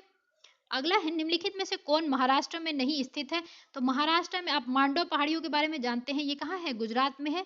तो ये जो है आंसर नहीं होगा, क्योंकि ये महाराष्ट्र में नहीं है, गुजरात में है। बालाघाट श्रेणी, हरिश्चंद्र और सतमाला पहाड़ियां, जो अभी सतमाला मिला ही था, महाराष्ट्र में है। तो ये क्या है, महाराष्ट्र वाले पहाड़ी थे। और मांडव पहाड़ी कहाँ है, गुजरात में स्थित है। ठीक है। अगला है, निम्नलिखित में से कौन सा युग में सही सुमेलित नहीं है, बताना है। तो देख लेते हैं, तो जैसा कि आपको यही दिख रहा होगा, बी जो है मांडव पहाड़ी, अभी हमने देखा कहाँ है, गुजरात में है, तो यही आंसर हो जाएगा, सुमिलित नहीं है। बाकी गढ़जात पहाड़ियां, गढ़वाल नहीं है, ये गढ़जात है, याद रखिएगा। गढ़वाल जिला जो है उत्तराखंड में है, ये गढ़जात गडजात पहाड़ियाँ कहाँ पाई जाती हैं? ओडिशा में पाई जाती हैं। वहीं साथ में आप देखेंगे नल्लामलाई पहाड़ियाँ जो है आंध्र प्रदेश में है, और सेवराई की पहाड़ियाँ अभी मिला ही था, कहाँ है? तमिलनाडु में स्थित है, ठीक है। और मांडव की पहाड़ियाँ जो दिया था वो कहाँ है? गुजरात में स्थित है, ना कि महाराष्ट्र में। उसके बाद गडजात की पहाड़ियाँ जो है ओडिशा राज्य में स्थित है, जहाँ गोंड जनजाति जो है निवास करती है, ठीक है। नल्लामलाई पहाड़ियाँ आंध्र प्रदेश और तेलंगाना एवं सेवराई पहाड़ियाँ कहाँ स्थित है? तमिलनाडु में स्थित है। और नल्लामलाई किसके किसके राज्य में है? आपका आंध्र प्रदेश और तेलंगाना दोनों में फैली हुई है। अगला है सुमेलित करना है, पहाड़ियाँ दिया है, क्षेत्र दिया है, तो देख लेते हैं। सुमेलित, सही सुमेलित है बताना है, तो देखते हैं। कार्डमम की पहाड़ियाँ जो है दक्षिणी भारत में पाई जाती है, जो पश्चिमी घाट है उसमें पाया जाता है, उसको क्या कहते हैं? मालाबार तट कहते हैं। तो ये कोरोमंडल तट दिया है, तो ये गलत हो जाएगा, क्योंकि कोरोमंडल तट जो है आपका तमिलनाडु वाले भाग को कहा जाता है, ठीक है, तो ये गलत हो गया। उसके बाद कैमूर की पहाड़ियाँ आपने देखा ही, कोंकण तट भी ये पश्चिमी घाट में पाया जाता है, महाराष्ट्र पुणे वाले क्षेत्र को क्या कहा जाता है? कोंकण तट, तो ये भी हो जाएगा गलत, क्योंकि ये मध्य भारत में पाया जाता है आपका कैमूर की पहाड़ियाँ। सतपुड़ा रेंज वाली पहाड़ी जो है महादेव की पहाड़ियाँ मध्य भारत, ये बिल्कुल सही है। यहीं पे आपकी धूपगढ़ चोटी जो है मध्य प्रदेश की सबसे ऊंची चोटी पंचमढ़ी पाई जाती है। पंचमढ़ी में धूपगढ़ चोटी जो है स्थित है, और वो महादेव प्राणी पहाड़ियाँ श्रेणी में ही स्थित है, ठीक है। मिकिर पहाड़ियाँ आपको बिल्कुल पूर्वोत्तर भारत में देखने को मिलता है। तो इसमें कौन कौन से सुमेलित हैं? सुमेलित बताना था, तो 3 और 4 जो है आपके सुमेलित हैं, बाकी दोनों जो थे सुमेलित नहीं थे, तो इसका आंसर हो जाएगा आपको सी, ठीक है। अब देख लेते हैं कार्डमम पहाड़ियाँ केरल के दक्षिण पूर्व तथा तमिलनाडु के दक्षिण पश्चिम भागों में स्थित है, अभी देखा ही हमने। जबकि कोरोमंडल तट कहाँ के कहते हैं? जो तमिलनाडु वाला तट है उसको कहते हैं ना, दक्षिणी पूर्वी तट रेखा जो को दिया गया नाम हो। कैमूर पहाड़ियाँ मध्य प्रदेश से बिहार तक विस्तृत है, जबकि कोंकण तट भारत के दक्षिण पश्चिम यानी कि महाराष्ट्र और गोवा वाले जो रेखा है उसको दिया गया है, कोंकण नाम से जाना जाता है। महादेव पहाड़ियाँ मध्य भारत के मध्य प्रदेश में है, और मिकिर पहाड़ियाँ जो है पूर्वोत्तर भारत असम में है, ठीक है। अगला है महादेव पहाड़ियाँ भाग है, तो अभी हमने बताया ही था महादेव पहाड़ी जो है आपकी किसकी भाग है? सतपुड़ा रेंज की भाग है, ठीक है। यहीं पे जो है आपकी महादेव पहाड़ की श्रेणियों में जो है आपको पंचमढ़ी हिल स्टेशन जो है वो देखने को मिलता है। और ये जो पंचमढ़ी और की जो ऊंची चोटी है वो कौन सी हो जाएगी? धूपगढ़ हो जाएगी, जिसकी हाइट है आपकी 1350, जो मध्य प्रदेश की भी है सबसे लंबी हाइट है, 1350 जो मीटर है, ये मध्य प्रदेश की सबसे ऊंची चोटी है। महादेव पहाड़ियाँ जो है सतपुड़ा पर्वत श्रेणी का ही एक्सटेंशन कहें या विस्तार कहें है, ठीक है। अगला है धूपगढ़ चोटी स्थित है, चलिए ये क्वेश्चन में था ही, तो ये किस में स्थित है? सतपुड़ा रेंज में स्थित है, ठीक है। और ये कहाँ पड़ेगा? मध्य प्रदेश में पड़ेगा आपको। मध्य प्रदेश के होशंगाबाद जिले में पंचमढ़ी आता है, वहीं पे ये पड़ता है। धूपगढ़ चोटी की ऊंचाई 1350 मीटर है, जो सतपुड़ा श्रेणी की सबसे ऊंची चोटी है। यह पंचमढ़ी में स्थित है। पंचमढ़ी सबने सुना होगा, हिल स्टेशन है, लोग वहां घूमने जाते हैं। अगला है रामगिरी की पहाड़ियां इस पर्वत श्रृंखला का भाग है, तो सतपुड़ा और मैका, देखिए इसमें एक से अधिक आंसर हो जाएगा आपका, तो इसका एक से अधिक आंसर ही नहीं दिया है, तो क्या हो जाएगा? उपयुक्त में से कोई नहीं, क्योंकि एक से ज्यादा, दो में जो है ये आपकी रामगिरी की पहाड़ियां स्थित है, इसका डिस्क्रिप्शन है, तो यही देख लेते हैं। चलिए, रामगिरी की पहाड़ियां तेलंगाना में स्थित है, यह पूर्वी घाट या महेंद्र पर्वत का हिस्सा है। इसके अतिरिक्त रामगिरी पहाड़ियां, जो रामगढ़ के नाम से भी जाना जाता है, छत्तीसगढ़ के मैकाल श्रेणी यानी कि सतपुड़ा वाले रेंज में भी पाई जाती है। चूंकि मैकाल श्रेणी सतपुड़ा श्रेणी की पूर्वी भाग है, सतपुड़ा श्रेणी की, इसका उत्तर क्या हो जाएगा? बी और सी जो है दोनों हो जाएंगे, तो उसका आंसर क्या हो गया? विकल्प में नहीं था कि बी और सी आंसर होगा कि नहीं, तो ई हो गया था, ठीक है। अगला है पारसनाथ पहाड़ी की ऊंचाई क्या है? तो ये पार्श्वनाथ के नाम पर रखा गया है, और इसकी हाइट क्या है आपकी? 1365 जो है इसकी हाइट है, 1365 मीटर जो है इसकी हाइट है पारसनाथ की। और ये कहाँ पड़ता है? झारखंड के गिरिडीह जिले में जो है स्थित है। इसकी ऊंचाई लगभग, जो पारसनाथ की ऊंचाई है कितनी है? सबसे ऊंची चोटी भी है ये झारखंड की, ठीक है, 1365 मीटर जो ये आपकी पारसनाथ की ऊंचाई है, ठीक है। इसके शिखर पर शिखर जी जैन मंदिर स्थित है, यानी कि शिखर जी जैन मंदिर कहाँ स्थित है? पारसनाथ के शिखर पे स्थित है। यह पहाड़ी छोटा नागपुर के पूर्वी छोर पर स्थित है। उसके बाद यह झारखंड राज्य की सर्वोच्च ऊंची चोटी भी है, जो आपकी 1365 मीटर जो पारसनाथ की ऊंचाई है, वो झारखंड राज्य की भी क्या है? सर्वोच्च चोटी है। इसका नाम जैन धर्म के 23वें तीर्थकर पार्श्वनाथ के नाम पे रखा गया है। वहीं आपको पहला तीर्थकर कौन थे? ऋषभ जी थे, और दूसरा वो 24वें तीर्थकर कौन थे? आपके महावीर जैन थे, ठीक है। अगला है सूची है, पहाड़ियां दिया है और राज्य दिया है, उसमें मिलान करना है। तो गारो खासी जयंतिया कहाँ पाई जाती है? मेघालय में पाई जाती है। मिरी जो है आपकी कहाँ पाई जाएगी? अरुणाचल प्रदेश में पाई जाएगी। मिसमी, डाफला, ये सब कहाँ पाए जाते हैं? अरुणाचल प्रदेश में पाए जाते हैं। कोल्लई मलाई कहाँ पाया जाएगा? तमिलनाडु में पाया जाएगा। और डालमा तो पता ही होगा, झारखंड में पाया जाता है। अगला प्रश्न है, पश्चिमी घाट के संबंध में निम्न कथनों पर विचार कीजिए। तो अब पश्चिमी घाट के बारे में दिया है, देख लेते हैं। पहला स्टेटमेंट है, यह एक भ्रंशोत्थ या ब्लॉक पर्वत कहते हैं जिसको, तो ब्लॉक पर्वत है पश्चिमी घाट, बिल्कुल। और सतपुड़ा जो है वो भी एक ब्लॉक पर्वत में है, एग्जाम्पल है, ठीक है। सतपुड़ा रेंज श्रेणी, जो सतपुड़ा पर्वत रेंज श्रेणी है, सतपुड़ा पर्वत श्रेणी जो है वो भी एक ब्लॉक पर्वत का उदाहरण है, ठीक है, ये भी याद रखिएगा। और पश्चिमी घाट भी जो है ये भी एक ब्लॉक पर्वत का जो है उदाहरण है। उसको हिंदी में क्या कहते हैं? भ्रंशोत्थ, ठीक है। इसका पूर्वी ढाल क्रमशः नीचा होता हुआ पठार है, तो पता ही है उत्तरी भाग जो है पश्चिमी घाट का ज्यादा ऊंचा है पूर्वी घाट के अपेक्षाकृत, ये हमने देखा ही था सब्जेक्टिव में। इसकी उत्तरी खंड लावा बेस्टाल से आच्छादित है, तो बिल्कुल सही है ये कि इसका जो निर्माण है उत्तरी वाला ऊपर वाला जो खंड है इसका बेसाल्ट और लावा से आच्छादित है। तो इसका आंसर क्या हो जाएगा? 1, 2 एंड 3 जो है तीनों जो है सही है, ठीक है। अब इसके बारे में देख लेते हैं। पश्चिमी घाट का विस्तार पश्चिमी सागर तट के समांतर लगभग 1500 किलोमीटर की लंबाई में उत्तर में तापी के मुहाने से दक्षिण कुमारी अंतरीप तक पाया जाता है। ये एक ब्लॉक पर्वत है जिसका निर्माण स्थल के एक खंड के अरब सागर में असंबलन के कारण हुआ है। इसका पश्चिमी ढाल तीव्र एवं खड़ा है, जबकि पूर्वी ढाल मंद एवं सीढ़ीनुमा क्रमशः नीचे होता हुआ है। 16 डिग्री उत्तरी अक्षांश तक पश्चिमी घाट मुख्यतः बेसाल्ट सैलो एवं गोवा से दक्षिण में ये ग्रेनाइट से फैला हुआ है और नाइस सैलो से निर्मित है, ठीक है। अगला क्वेश्चन है, कोडाई कुनाल किस पहाड़ी में स्थित है? तो कोडाई कुनाल भी घूमने की बहुत अच्छी जगह है। ये कहाँ है? पालनी में जो है तमिलनाडु में है, स्थित है ये, ठीक है। चलिए इसके बारे में देख लीजिए। कोडाई कुनाल जो है तमिलनाडु के डिंडुगुल जिले में पालनी पहाड़ी के में अवस्थित है ये, ठीक है। कोडाई कुनाल तमिलनाडु में स्थित है, जो बहुत अच्छी घूमने की जगह है। अगला है, निम्नलिखित में से कौन सी पहाड़ियां राजस्थान में विंध्य पर्वत श्रेणियों में का विस्तार है? ये पूछ रहा है विंध्य श्रेणियों का विस्तार है। तो राजस्थान में जो विंध्य श्रेणी का विस्तार है ना, उसे मुकंदरा पहाड़ी के नाम से जाना जाता है, ठीक है। मुकंदरा पहाड़ी राजस्थान में विंध्य पर्वत श्रेणियों का विस्तार है। मुकंदरा पहाड़ियां कोटा व झालवाड़ा के बीच अवस्थित है। ये वहां की जगह है, कोटा तुमने सुना ही होगा। कोटा व झालवाड़ा के बीच जो है मुकंदरा पहाड़ियां स्थित है, जो कि किसका विस्तार है? विंध्य पर्वत श्रेणी की। अगला प्रश्न, निम्नलिखित में से कौन सी पर्वतीय चोटी पूर्वी घाट में अवस्थित है? पूर्वी घाट में अवस्थित है गेलुकुंडा भी, अच्छा अवस्थित नहीं है बताना है, तो ये पूर्वी घाट में है तो ये नहीं होगा। बी जो है सलहेर जो है ये पूर्वी घाट का नहीं पश्चिमी घाट का जगह है, तो ये आंसर हो जाएगा इसका सलहेर। और गलीकुंडा और ये सिकुराम और गट्टा और मधुगुला कोंडा जो है आपके पूर्वी घाट के विस्तार हैं, तो ये भी देख लेते हैं।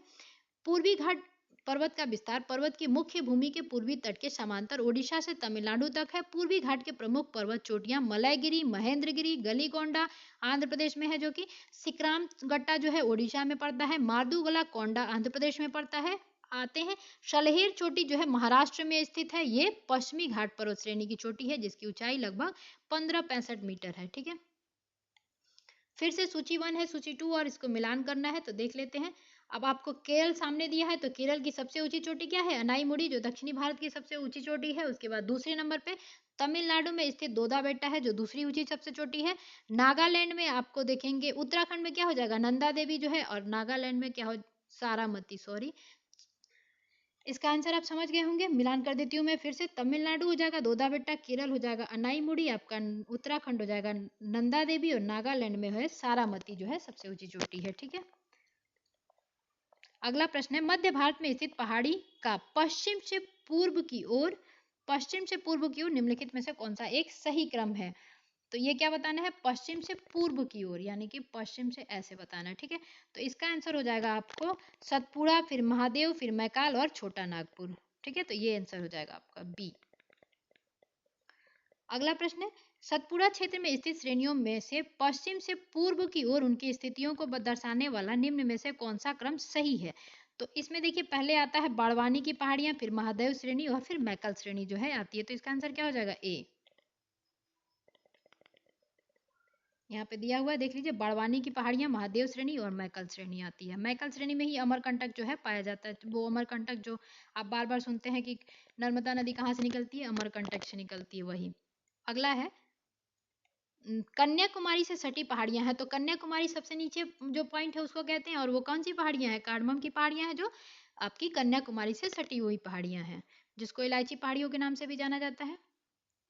अब ये देख लीजिए, पश्चिमी घाट पर्वत हिमालय के बाद, पश्चिमी घाट पर्वत हिमालय के बाद भारत की दूसरी सबसे लंबी पर्वत श्रेणी है। इसकी लंबाई लगभग 1500 किलोमीटर है। इसे सह्याद्री के नाम से जाना जाता है, हमने देखा ही था। नीलगिरी पहाड़ी एक स्थलीय कृत गांठ है जहां पूर्वी घाट एवं पश्चिमी घाट मिलते हैं, ये भी देखा ही था हमने। नीलगिरी का सर्वोच्च शिखर दोदबट्टा है और दक्षिण भारत का दूसरा सर्वोच्च शिखर भी है। दक्षिण भारत का सर्वोच्च शिखर क्या हो जाएगा? अन्नाईमुड़ी या अन्नामुड़ी भी कहते हैं। अन्नाईमुड़ी पर्वत में है, जो कि वो जो सीमा है, वो जो चोटी है, यह नीलगिरी पर्वत के दक्षिण में स्थित है। अन्नाई मलाई के दक्षिण में कार्डमम इलायची की पहाड़ियां है। इसका विस्तार जो है कन्याकुमारी तक लगभग 8 डिग्री से लेके 19 मिनट उत्तरी अक्षांश तक है। अतः कार्डमम पहाड़ियां जो है कन्याकुमारी से सटी है। देखिए, अगर भारत का पूरा समूह जो अंडमान निकोबार द्वीप समूह का लेके विस्तार पूछा जाए, तो अक्षांश का जो नीचे से विस्तार होगा ना, वो 6 डिग्री 4-5 मिनट तक से स्टार्ट होता है। वही आप कन्याकुमारी वाला ये वाला पार्ट से देखेंगे तो ये कितना होता है? 8 डिग्री 4 मिनट से स्टार्ट होता है। अच्छा, ये आपका अक्षांशीय विस्तार यहाँ पे क्या हो जाता है? 37 डिग्री 6, ठीक है, मिनट। तो ये चीजें आप याद रखिएगा। अगला है, निम्नलिखित में से किस पहाड़ी पर चाय बागान नहीं है? तो इसमें गिरनार पहाड़ी आपको दिख रहा होगा, जो गुजरात में है। तो गुजरात कभी भी चाय के लिए नहीं जाना जाता है, तो यही आंसर हो जाएगा आपको। दार्जिलिंग सबको पता है, चाय के लिए सबको ही देखने वहां फोटो खिंचाने भी जाता है, घूमने भी जाता है। तो चलिए वही के बारे में देख लेते हैं। गिरनार पहाड़ी चाय बागान नहीं, ये तो पता ही है कि नहीं पाया जाता है गुजरात में चाय। चलिए, कानन देवन पहाड़ियां जो है भारत के केरल राज्य इडुक्की जिले में अवस्थित है। यह क्षेत्र मुन्नार हिल स्टेशन के पास अवस्थित है। तो मुन्नार हिल स्टेशन कहाँ है? आपका केरल में है। यह मुन्नार क्षेत्र जो है 1870 के दशक से ही, यानी 1870 से ही वहां पे चाय की बागानों का क्या है, स्टार्ट हो गया था उत्पादित करना। नीलगिरी दक्षिण में अवस्थित पश्चिमी घाट का महत्वपूर्ण पर्वत क्षेत्र है। नीलगिरी चाय भारत की सबसे विशिष्ट चायों में से एक है। उसके बाद आप दार्जिलिंग जानते हैं, सबको यहाँ पे चाय उत्पादन के लिए बहुत फेमस है। भारत का दार्जिलिंग मुख्यतः चाय उत्पादन के लिए प्रसिद्ध है, जो सिक्किम राज्य के दक्षिण पश्चिम में बंगाल राज्य में अवस्थित है। ठीक है। और गिरनार जो है वो तो गुजरात में है, तो वो तो होगा ही नहीं। अगला है, माउंट एवरेस्ट कहाँ है? तो माउंट एवरेस्ट सबको पता है कहाँ है, नेपाल में है, जिसकी हाइट क्या है, 8850। वही चीज दिया हुआ है यहाँ पे। देखिए, इन्होंने जो नेपाल और चीन ने जो है ऑफिशियली हाइट जो है एवरेस्ट की, वो बताई है 8848.86। ये कब बताया था? 2020 में बताया था। हिमालय की जो ऊंचाई है लगातार बढ़ती हुई है, इसीलिए उसको युवा पर्वत भी कहा जाता है। कौन सा सबसे ऊंचा पर्वत शिखर है? अगला क्वेश्चन है। तो सबसे पर्वत ऊंचा शिखर कौन सा हो जाएगा? Mount Everest. और वही जलमग्न में देखा जाए नीचे सागर तल में, तो मनाकी पर्वत हो जाएगा, जिसकी हाइट क्या थी? 10,205 मीटर। अगला है, प्रथम भारतीय नारी जो एवरेस्ट की शिखर पर चढ़ने में सफल हुई थी। तो प्रथम भारतीय नारी पूछा है, बछेंद्री पाल हो जाएंगी, जो उत्तराखंड से थी, 1984 में गई थी। ठीक है, ये कौन हो जाएंगे? इसका आंसर हो जाएगा बछेंद्री पाल। तो इसका आंसर देख लेते हैं। बछेंद्री पाल भारत की प्रथम महिला हैं जो जिनको एवरेस्ट शिखर पर चढ़ने में 1984 में सफलता प्राप्त हुई थी। माउंट एवरेस्ट शिखर पर चढ़ने वाली पहली महिला कौन थी अगर पूछा जाए पूरे विश्व में? तो वो थी आपकी जुंको तवई, जो कि आपकी पूरे विश्व में जो है ये सबसे पहले फतह प्राप्त की थी आपका माउंट एवरेस्ट पे चढ़ने में। ये कब की थी? 1975 में। और ये कहाँ की थी? जापान की थी। ठीक है। और एक चीज और ध्यान रखिएगा, जो ये जापानी महिला थी आपकी जुको ताइबी, ये कब फतह पाई थी एवरेस्ट की चोटी पर? 16 मई 1975 को। उसके बाद इन्होंने इतिहास रचने के साथ साथ एक और इतिहास रचा कि वो इसमें भी पहली महिला बन गई, सातों महाद्वीपों के सर्वोच्च शिखर पर चढ़ने वाली भी पहली महिला है जुको ताइबी, जो जापानी पर्वतारोही है। ठीक है। उसके बाद पूछ रहा है, 2 बार माउंट एवरेस्ट पर विजय प्राप्त करने वाली महिला कौन सी हो जाएंगी? वो भी भारतीय महिला है क्या? नहीं, 2 बार माउंट एवरेस्ट पर विजय प्राप्त करने वाली महिला जो हो जाएंगी, कौन हो जाएंगी? संतोष यादव हो जाएंगी इसमें ऑप्शन में। संतोष यादव, इससे याद रखिएगा कि उनको, ये रहा डी है जो आंसर हो जाएगा आपका। संतोष यादव जो है 2 बार एवरेस्ट की चोटी पर पहुंची है। इससे इनको ऐसे याद रखिएगा कि एक बार में इनको संतोष नहीं हुआ तो ये क्या की, दूसरी बार ये चढ़ गई एवरेस्ट की चोटी पे। तो उससे याद रहेगा कि विश्व की सबसे ऊंची चोटी माउंट एवरेस्ट पर सबसे कम समय अंतराल यानी कि कम समय में 2 बार विजय प्राप्त करने वाली महिला पर्वतारोही संतोष यादव है। ये भारत की एवरेस्ट पर चढ़ने वाली द्वितीय महिला हो जाएंगी, यानी कि ये भी क्या थी? भारतीय थी। और वैसे भी संतोष यादव नाम से भी पता चल रहा है। अगला है, एवरेस्ट पर चढ़ने वाली द्वितीय भारतीय महिला कौन हो जाएंगी? तो वही हो जाएंगी संतोष यादव। इनको संतोष नहीं हुआ तो ये 2 बार चढ़ी थी।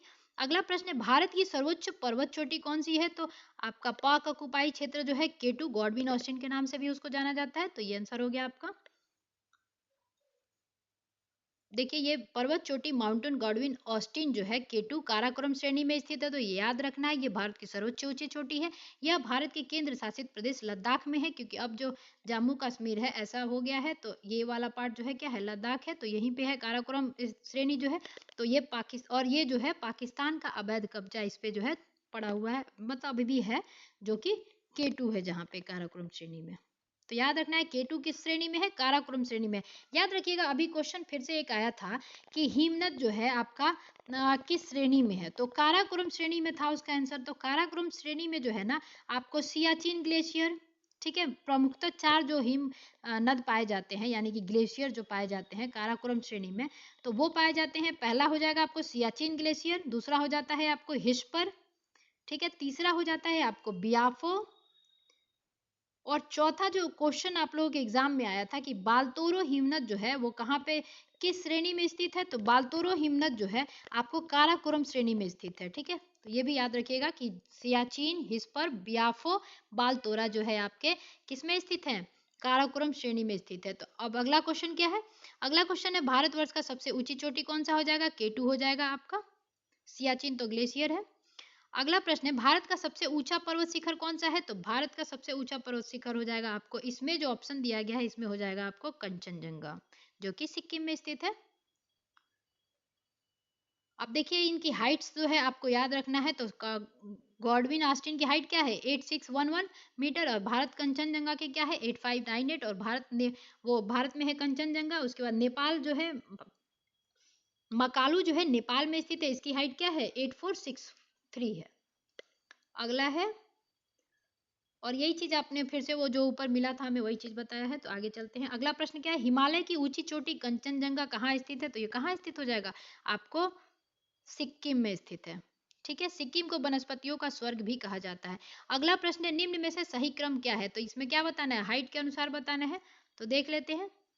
अब माउंट एवरेस्ट है, तो सबसे ज्यादा हाइट कौन किसके पास है, माउंट एवरेस्ट के पास है, तो इसमें आंसर ही हो जाएगा, यही देखते से हो जाएगा सी, माउंट एवरेस्ट, उसके बाद गॉडविन ऑस्टिन, उसके बाद कंचनजंगा, ठीक है। भारत की पहली सबसे ऊंची गॉडविन ऑस्टिन, दूसरी कंचनजंगा, तीसरी जो है आपकी नंदा देवी है। नंदा देवी चोटी जो है कहाँ स्थित है, तो ये स्थित है आपकी गढ़वाल यानी कि उत्तराखंड में स्थित है, गढ़वाल हिमालय का भाग है नंदा देवी चोटी, ठीक है। ये भी दिया है, देखिए नंदा देवी भारत की चौथी सर्वोच्च K2 कंचनजंगा तथा नंगा पर्वत के बाद आती है, सॉरी नंदा देवी जो है चौथी सर्वोच्च उच्च चोटी है, तीसरी कौन सी हो जाएगी, नंगा पर्वत, जहां से हिमालय जो है स्टार्ट होता है, नंगा पर्वत से लेके जम्मू कश्मीर के नंगा पर्वत से स्टार्ट होता है तिब्बत के नामचा पर्वत तक, ठीक है। ये हमने हिमालय जब देखा था तभी देखा था। इसकी ऊंचाई क्या हो जाएगी आपकी, नंदा देवी की 7816 मीटर जो है इसकी ऊंचाई है। यह गढ़वाल हिमालय का भाग है। भारत की तीसरी सर्वोच्च चोटी नंगा पर्वत है, जो कि जम्मू कश्मीर में है। नंदा देवी स्थित है, कहाँ स्थित है नंदा देवी, उत्तराखंड में स्थित है, तो हो जाएगा ये आपका ये उत्तराखंड। और ये नंदा देवी जो है गढ़वाल हिमालय पर्वत श्रृंखला में स्थित है, और वो गढ़वाल हिमालय वो किसके अंदर आता है, बृहत हिमालय पर्वत श्रृंखला के अंदर आता है। तो ये भी याद रखना है कि बृहत हिमालय पर्वत श्रृंखला के बीच जो है नंदा देवी स्थित है। अगला प्रश्न है, नंदा देवी शिखर स्थित है, तो ये कहाँ स्थित है, उत्तराखंड में स्थित है, हमने देख ही लिया। अगला है, गुरु शिखर पर्वत चोटी कौन से राज्य में अवस्थित है, तो गुरु शिखर पर्वत किसकी ऊंची चोटी है, अरावली की है, और अरावली पर्वत कहाँ है, राजस्थान में है।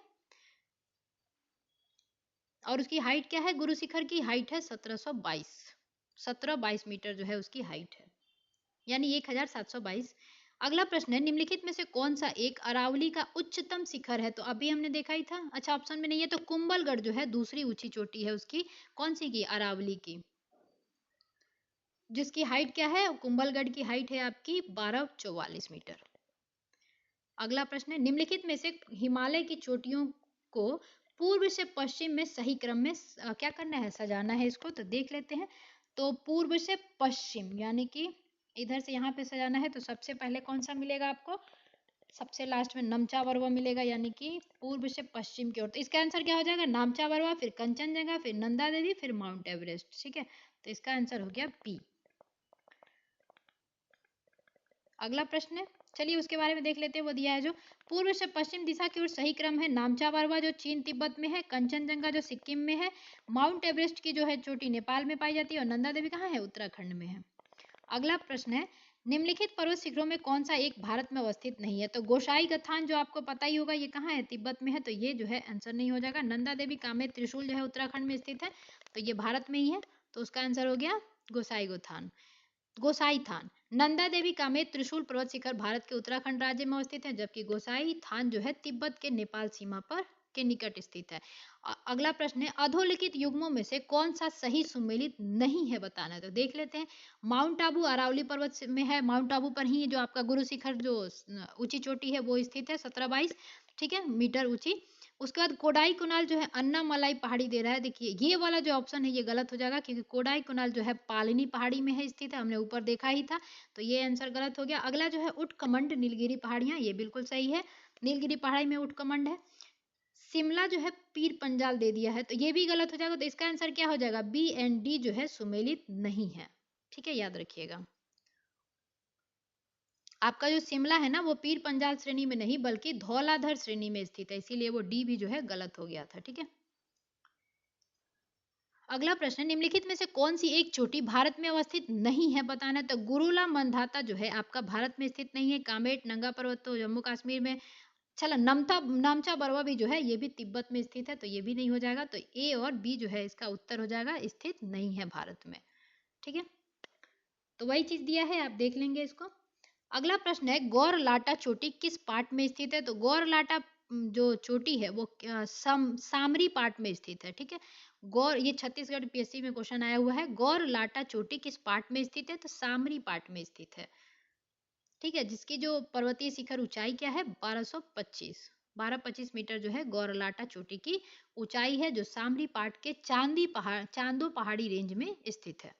अगला प्रश्न है सूची 1 सूची 2 को मिलान करना है, तो मिलान कर लेते हैं। अभी तो ये हमने देखा ही था कि मध्य प्रदेश की सबसे ऊंची चोटी क्या है? धूपगढ़, जिसकी 1350 जो है हाइट है, ठीक है, और ये मध्य प्रदेश की भी ऊंची चोटी है और पंचमढ़ी में है, पंचमढ़ी और महादेव श्रेणी में है जो ये स्थित है। तमिलनाडु की सबसे ऊंची चोटी क्या हो जाएगी? दोदा बेटा, जो दक्षिणी भारत की दूसरी सबसे ऊंची चोटी है। नागालैंड की सबसे ऊंची चोटी क्या हो जाएगी? सारामती हो जाएगी, सारामती चोटी। और राजस्थान में हमने देखा ही था गुरु शिखर चोटी जो अरावली पर्वत की ऊंची चोटी है 1722, तो ये भी सही हो जाएगा, तो यही मिलान कर लेना है आपको। अगला प्रश्न है कुल्लू घाटी जिन पर्वत श्रेणियों के बीच अवस्थित है वे हैं, तो देख लेते हैं। ये हो जाएगा आपको धौलाधर एवं पीर पंजाल की श्रेणी में जो है आपकी कुल्लू घाटी जो है स्थित है। इसका देख लेते हैं डिस्क्रिप्शन थोड़ा। कुल्लू घाटी हिमाचल प्रदेश के धौलाधर एवं पीर पंजाल में मध्य श्रेणियों में स्थित है, तो सही है। अगला है नेलोंग घाटी किस राज्य में स्थित है? तो ये सबको पता है किसमें स्थित है, उत्तराखंड में स्थित है नेलोंग घाटी। और फूलों की घाटी कहाँ स्थित है? उत्तराखंड में ही स्थित है। और शांत घाटी केरल में स्थित है, तो याद रखना है, ठीक है। अब देखिए नेलांग घाटी भारत के उत्तराखंड राज्य उत्तरकाशी जिला स्थित गंगोत्री नेशनल पार्क में स्थित है। गंगोत्री एक अंटार्कटिका की भारत का शोध संस्थान भी है, तो वो वाला ये क्षेत्र नहीं है। अगला प्रश्न है सूची 1 सूची 2 को मिलान करना है, तो कर लेते हैं। घाटी दिया हुआ है और राज्य दिया हुआ है, तो आपका देखिए जुक्कू घाटी कहाँ है? आपका जुक्कू घाटी हो जाएगा नागालैंड, सांगला जो है हिमाचल प्रदेश का हो जाएगा, यूथांग क्या हो जाएगा? सिक्किम का हो जाएगा, और मरखा घाटी जो है जम्मू कश्मीर का क्षेत्र हो जाएगा। मरखा घाटी लद्दाख, जब प्रश्न बना था तो जम्मू कश्मीर है इसलिए ये हुआ, नहीं तो अब ये लद्दाख में स्थित है, ठीक है। 31 अक्टूबर 2019 से क्या हुआ था? मरखा घाटी जो है केंद्र शासित प्रदेश लद्दाख में स्थित है। जुकू घाटी हमने देखा ही पूर्वोत्तर राज्य नागालैंड में है, और ये जफू पर्वत भी कहाँ है? नागालैंड में ही स्थित है। और सांगला घाटी कहाँ है? किन्नौर हिमाचल प्रदेश में स्थित है। यह चारों ओर से पर्वतीय चोटी और बांसपा नदी से घिरी हुई है, जो आपकी सांगला घाटी है वो। युथांग घाटी गंगटोक सिक्किम की राजधानी जो है उससे लगभग 150 किलोमीटर जो है दूरी पर स्थित है। अगला प्रश्न है मौन घाटी यानी कि साइलेंट वैली के बारे में बताना है, तो देख लेते हैं। सही बताना है कौन सा, तो मौन घाटी साइलेंट वैली राष्ट्रीय वन नल्ला मलाई श्रेणी में है, तो ये बिल्कुल गलत हो जाएगा, नल्ला मलाई श्रेणी में नहीं है, साइलेंट वैली केरल में स्थित है। दूसरा है स्टेटमेंट मौन घाटी साइलेंट वैली राष्ट्रीय वन के निकट पत्थर कड़ावू जल विद्युत परियोजना बनाने का प्रस्ताव है, तो ये बिल्कुल सही है। कुंती नदी मौन घाटी यानी साइलेंट वैली के वर्षा प्रचुर वनों में उद्भूत होती है, यानी किंतु नदी जो है ना बारिश होती है तब ये उद्गमित हो जाती है, और फिर बारिश जो खत्म हो जाती है तो धीरे धीरे ये विलुप्त हो जाती है, तो इसका आंसर क्या हो जाएगा? 2 और 3 जो है आपका बिल्कुल सही है। तो देख लेते हैं 2 और 3 जो है सी जो है आपका ऑप्शन आंसर हो जाएगा। अब उसी के बारे में दिया है तो चलिए एक बार देख ही लेते हैं। शांत घाटी या मौन घाटी राष्ट्रीय वन केरल पल्लक्कड़ या पालघाट में स्थित है। यह पश्चिमी घाट की नीलगिरी पहाड़ियों में स्थित है, ना कि नल्लामलाई पहाड़ी में। उसके बाद केरल स्टेट इलेक्ट्रिसिटी बोर्ड द्वारा मौन घाटी राष्ट्रीय पार्क में से मात्र 1 किलोमीटर की दूरी पर क्या बनाया जा रहा है, पत्थर कड़ाबू जल विद्युत परियोजना का निर्माण किया जा रहा है। तो वो भी 2 भी सही हो जाएगा। कुंती नदी के बारे में दिया है कि ये भरत पूजा नदी की उप सहायक नदी है, ठीक है, जो मौन घाटी के वर्षा प्रचुर वनों से उद्गमित होती है, तो वो भी सही था। अगला प्रश्न है भारत में शांत घाटी किस राज्य में है, तो अभी हमने देख ही लिया शांत घाटी जो है केरल में है और ये अपनी जैव विविधता के लिए भी बहुत फेमस है शांत घाटी जो है, ठीक है। अगला है निम्न कथनों को पढ़कर सही विकल्प का चुनाव करना है, तो देख लेते हैं। जेडी डाना ने भारतीय उपमहाद्वीप के चट्टानों के भूगर्भीय इतिहास के लिए एक विशेष भूगर्भिक समय मापक का तैयार किया था। तो देखिए भूगर्भिक समय मापक का तैयार जो किया था वो टीएस हॉलैंड थे, जेडी डाना नहीं थे, तो ये गलत हो जाएगा। अगला है भूगर्भिक समय मापक के अनुसार भारतीय चट्टानों को आर्कियन, पौराणिक, द्रविडियन तथा आर्यन युग में विभाजित किया गया, तो ये बिल्कुल सही हो जाएगा। तो इसका आंसर क्या हो गया, ए गलत है एवं आर जो है यानी कि कथन 1 गलत था, कथन 2 जो है सही है, तो ये हो गया डी। अब चलिए उसके बारे में पढ़ लेते हैं। भूगर्भिक समय मापक के अनुसार भारतीय चट्टानों को आर्कियन, पौराणिक, द्रविडियन, आर्यन युग में विभाजित किया जाता है। भारतीय भूगर्भिक समय मापक को टीएस हॉलैंड द्वारा लाया गया था, ठीक है। अगला है गंगा के मैदान को एक रूप में वर्णित किया गया है, तो किसके रूप में, तो ये जियो सिंक्लाइन के रूप में किया गया है। ध्यान रखिएगा ये क्वेश्चन जो है बीपीएससी में पूछा गया था, तो कभी भी पूछा जा सकता है। तो इसके बारे में हम देख लेते हैं। गंगा के मैदान को एक जियो सिंक्लाइन या भू अभिनीति यानी हिंदी में भू अभिनीति गर्त के रूप में वर्णित किया गया है। इसका निर्माण मुख्य रूप से हिमालय पर्वतमाला निर्माण प्रक्रिया के तीसरे चरण में हुआ है। तो याद रखिएगा गंगा के मैदान को कैसे डिफाइन किया जाता है, जियो सिंक्लाइन या भू अभिनीति गर्त। अगला है मणिपुर पहाड़ी से घिरा इम्फाल बेसिन एक सुंदर उदाहरण है, तो ये तो रिपीट हो गया है, सरोवरीय मैदान का उदाहरण है। उसके बाद अगला क्वेश्चन है हिमालय में से कौन सी जो है स्टेटमेंट जो हिमालय के बारे में दिया है वो सही है, तो ये भी शायद क्वेश्चन रिपीट हुआ है। हिमालय की परतदार चट्टानें जीवाश्महीन नहीं उसमें जीवाश्म पाए जाते हैं, तो ये गलत हो जाएगा। और ये दोनों जो स्टेटमेंट है यानी लघु हिमालय की परतदार चट्टानों में समुद्री जीव जंतुओं का जीवाश्म मिलता है, बिल्कुल सही है। वाही हिमालय को ही शिवालिक हिमालय के नाम से भी जाना जाता है, में मानव सभ्यता अवशेष क्या है, गुफारकल और बुर्ज होम जो है मिला था, तो ये शायद क्वेश्चन रिपीट हुआ है, तो इसका आंसर हो जाएगा 2 और 3 जो है सही है। अगला प्रश्न है, आप देख लेंगे यहाँ पे। अगला प्रश्न है हिमालय के किस भाग पर करेवा भू आकृति पाई जाती है, तो ये भी रिपीट हुआ है, ये बहुत बार पूछा गया है। तो ये कश्मीर हिमालय में जो है पाई जाती है और ये केसर या जाफरान की खेती के लिए प्रसिद्ध है, ठीक है, तो ये याद रखिएगा। अगला प्रश्न है कैलाश पर्वत निम्न में से किस क्षेत्र में अवस्थित है, तो कैलाश पर्वत जो है आपका तिब्बत में स्थित है, जो कि हमारे हिंदू धर्म में एक पवित्र स्थल शंकर भगवान के लिए जाना जाता है। कैलाश पर्वत तिब्बत चीन क्षेत्र में अवस्थित है। तिब्बत चीन इसीलिए बार बार लिखता है क्योंकि 1859 के बाद से कब्जा हो गया था चीन का तिब्बत पे। यह हिंदू धर्म में पवित्र तीर्थ स्थल के रूप में जाना जाता है, ठीक है। अगला प्रश्न है निम्नलिखित पर्वत श्रृंखलाओं में से कौन सी हिमालय पर्वत श्रृंखला श्रेणी में अवस्थित है, तो देख लेते हैं। चो वो जो है ये भी है, लोहोत्सव जो है ये भी हिमालय पर्वत श्रृंखला के में ही स्थित है।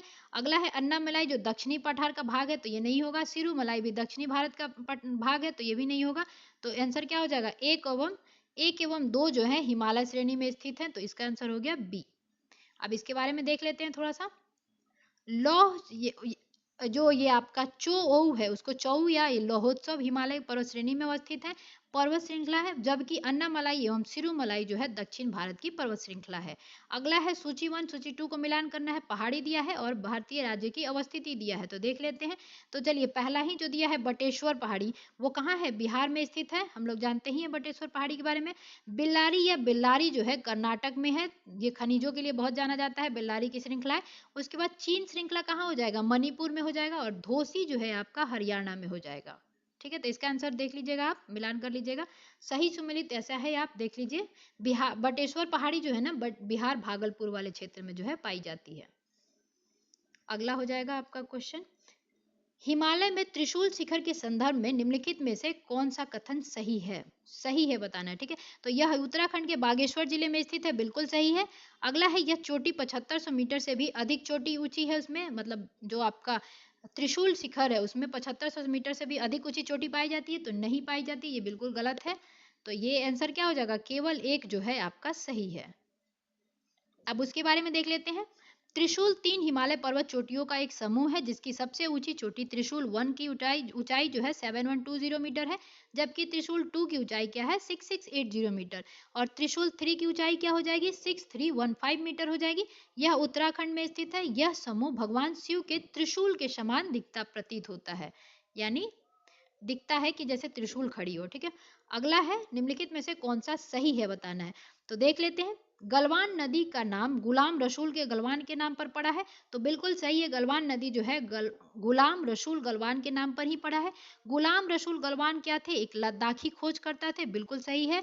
अगला दिया है, उन्होंने सर्वेंट ऑफ साहिब्स बुक अंग्रेजी में लिखा था, तो बिल्कुल सही है। सर्वेंट ऑफ साहिब्स है, सर्वेंट ऑफ इंडिया नहीं है, जो कि गोपाल कृष्ण गोखले ने 1905 में लिखी थी, करी थी, वो नहीं है। ये क्या है? समाज सेवक संघ नहीं है।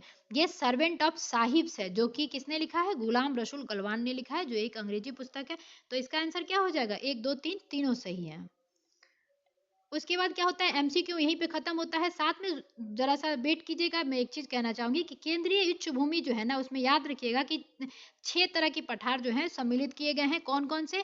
अरावली पर्वत को सम्मिलित किया गया है, फिर मेवाड़ के पठार को सम्मिलित किया गया है, उसके बाद मालवा के पठार को सम्मिलित किया गया है, उसके बाद विंध्य का पठार और बुंदेलखंड और बघेलखंड का पठार जो है आपका केंद्रीय उच्च भूमि के अंतर्गत सम्मिलित किया गया है, ठीक है। विंध्य का पठार ही है, जो जिसमें क्या है? कैमूर, बिहार कैमूर हिल और पारसनाथ का जो श्रेणी है वो विंध्य श्रेणी से ही रिलेटेड है, ठीक है। तो याद रखिएगा, केंद्रीय उच्च भूमि में कौन कौन आ जाएंगे? अरावली पर्वत, मेवाड़ का पठार आपका राजस्थान एमपी में पड़ता है मेवाड़, उसके बाद मालवा का पठार भी मध्य प्रदेश वगैरह में पड़ता है, मध्य भारत में। विंध्य का पठार, बुंदेलखंड का पठार, बघेलखंड का पठार, ये जो है आपके किसमें आते हैं? मध्य केंद्रीय उच्च भूमि के क्षेत्र हैं, ठीक है। चलिए अगले वीडियो में इसी तरह के मिलते हैं। तब तक अगर आपको लगता हो कि वीडियो जो है जानकारी सही दे रही है और आपको काम की चीज़ है, तो आप वीडियो को जरूर लाइक करें, और अगर नए हैं तो इस चैनल से जरूर जुड़िए, आपको जरूर फायदा होगा, और कमेंट के द्वारा जरूर बताएं आपको ये वीडियो कैसा लगा। चलिए मिलते हैं इसी तरह के किसी अगले वीडियो में, तब तक के लिए जय हिंद।